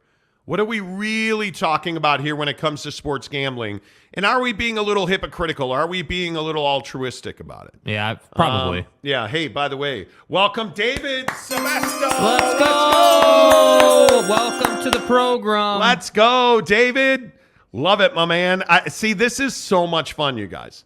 This is so much fun that we are able to do this stuff. And I will tell you real quickly what I am doing on my phone. Because I'm sure it's obnoxious looking at me holding my phone. I have been invited to be on TMZ tomorrow. So I have to have a Skype account. I do not have a Skype account. So right now. Just do it later. But you need to do it later. Why? I can't necessarily do it later because I need to do it now. It doesn't matter. Anyway, So that's what I'm being distracted with on my phone. Yeah. David, welcome to the Monty Show membership. Appreciate you supporting the show. Design Good Business said, are the Pac-10 presidents or executive boards being presented an updated media proposal this week? There is going to be a meeting in Las Vegas during the men's basketball tournament at the end of this week. I'm told Thursday, Friday, Saturday. And I don't believe that they're going to get an updated media proposal. I think they are going to touch base. And I think there's a lot of reports out there that say, oh, the presidents remain unified. I believe that's highly unlikely. We have heard from people for weeks now that they are anything but unified. Right. So I don't believe that they are unified. I really don't. John Grove says a dinosaur can graduate from Oregon State and Washington State. They aren't any better academically. Well, dinosaurs aren't real, though. Right. I thought. Right. I mean, well, they're extinct and stuff. Matt Hartley says there is no way the schools don't have a number, even if they don't have the full paperwork. Oh, they know the number. Yeah. Again, we've told you this for weeks and months now. The number was for us anyways, $25 million for 7 years with Amazon and ESPN. Yeah. We were told late last week that number was down to 22 for 5 years, and that's where the cap is now. That's that based on the structure. We were told that ESPN could carry a potential of 2 games a week, and that Amazon was really interested, or at least at this point has been talking about doing a game of a week, likely on a game of the week for the Pac-12 on a Friday night. Yeah. And the issue is who gets the best game of the weekend. And I believe that that's going to be ESPN because I think they know that they need that game. The Pac-12 needs that game on ESPN, ABC, the big, the app and ESPN Plus. There's only one way to get that. Yeah. That's with Amazon not having weekend content and ESPN carrying the Saturday package. So I think that's likely where you are with it. But 22 million is not a doable number. No. It's not a doable number. And we can keep going back to Ray Anderson a couple of weeks ago saying that financially it was going to be good enough, that they were going to be able to keep the conference together. Congratulations, but that's bullshit. But I'm not buying that at all. Our sources, and again, I'm not trying to tell you who we know, or we have sources right in the middle of this thing. And they have never told us that this conference is unified. Yeah. We've told you for weeks, and all of the Pac-12 homers got on us about it. We have told you for weeks and months that President Kase at Washington pretty much sits atop of the Pac-12. We have told you for months and months that George Kliavkoff does not have autonomy. Mm-hmm. He does not direct anybody to do anything. We have told you that for months and months. We have told you that the presidents are very much out of alignment on how much streaming. George Kliavkoff, I think, would like to have it be 90% streaming and 1 game a week on ESPN. I think if it were up to him, that's what he would do. Yeah. President Kase has said straight away at Washington she does not believe that 100% streaming, or really she does not believe that mostly streaming can be doable right now. Right. And I think that's why you're seeing there's been no grant of rights. There's been no formal announcement. There's been no unity. Because again, go back on our channel and look at our content. We've told you the deal's done. It is what it is. It's not getting any better. It is only getting worse.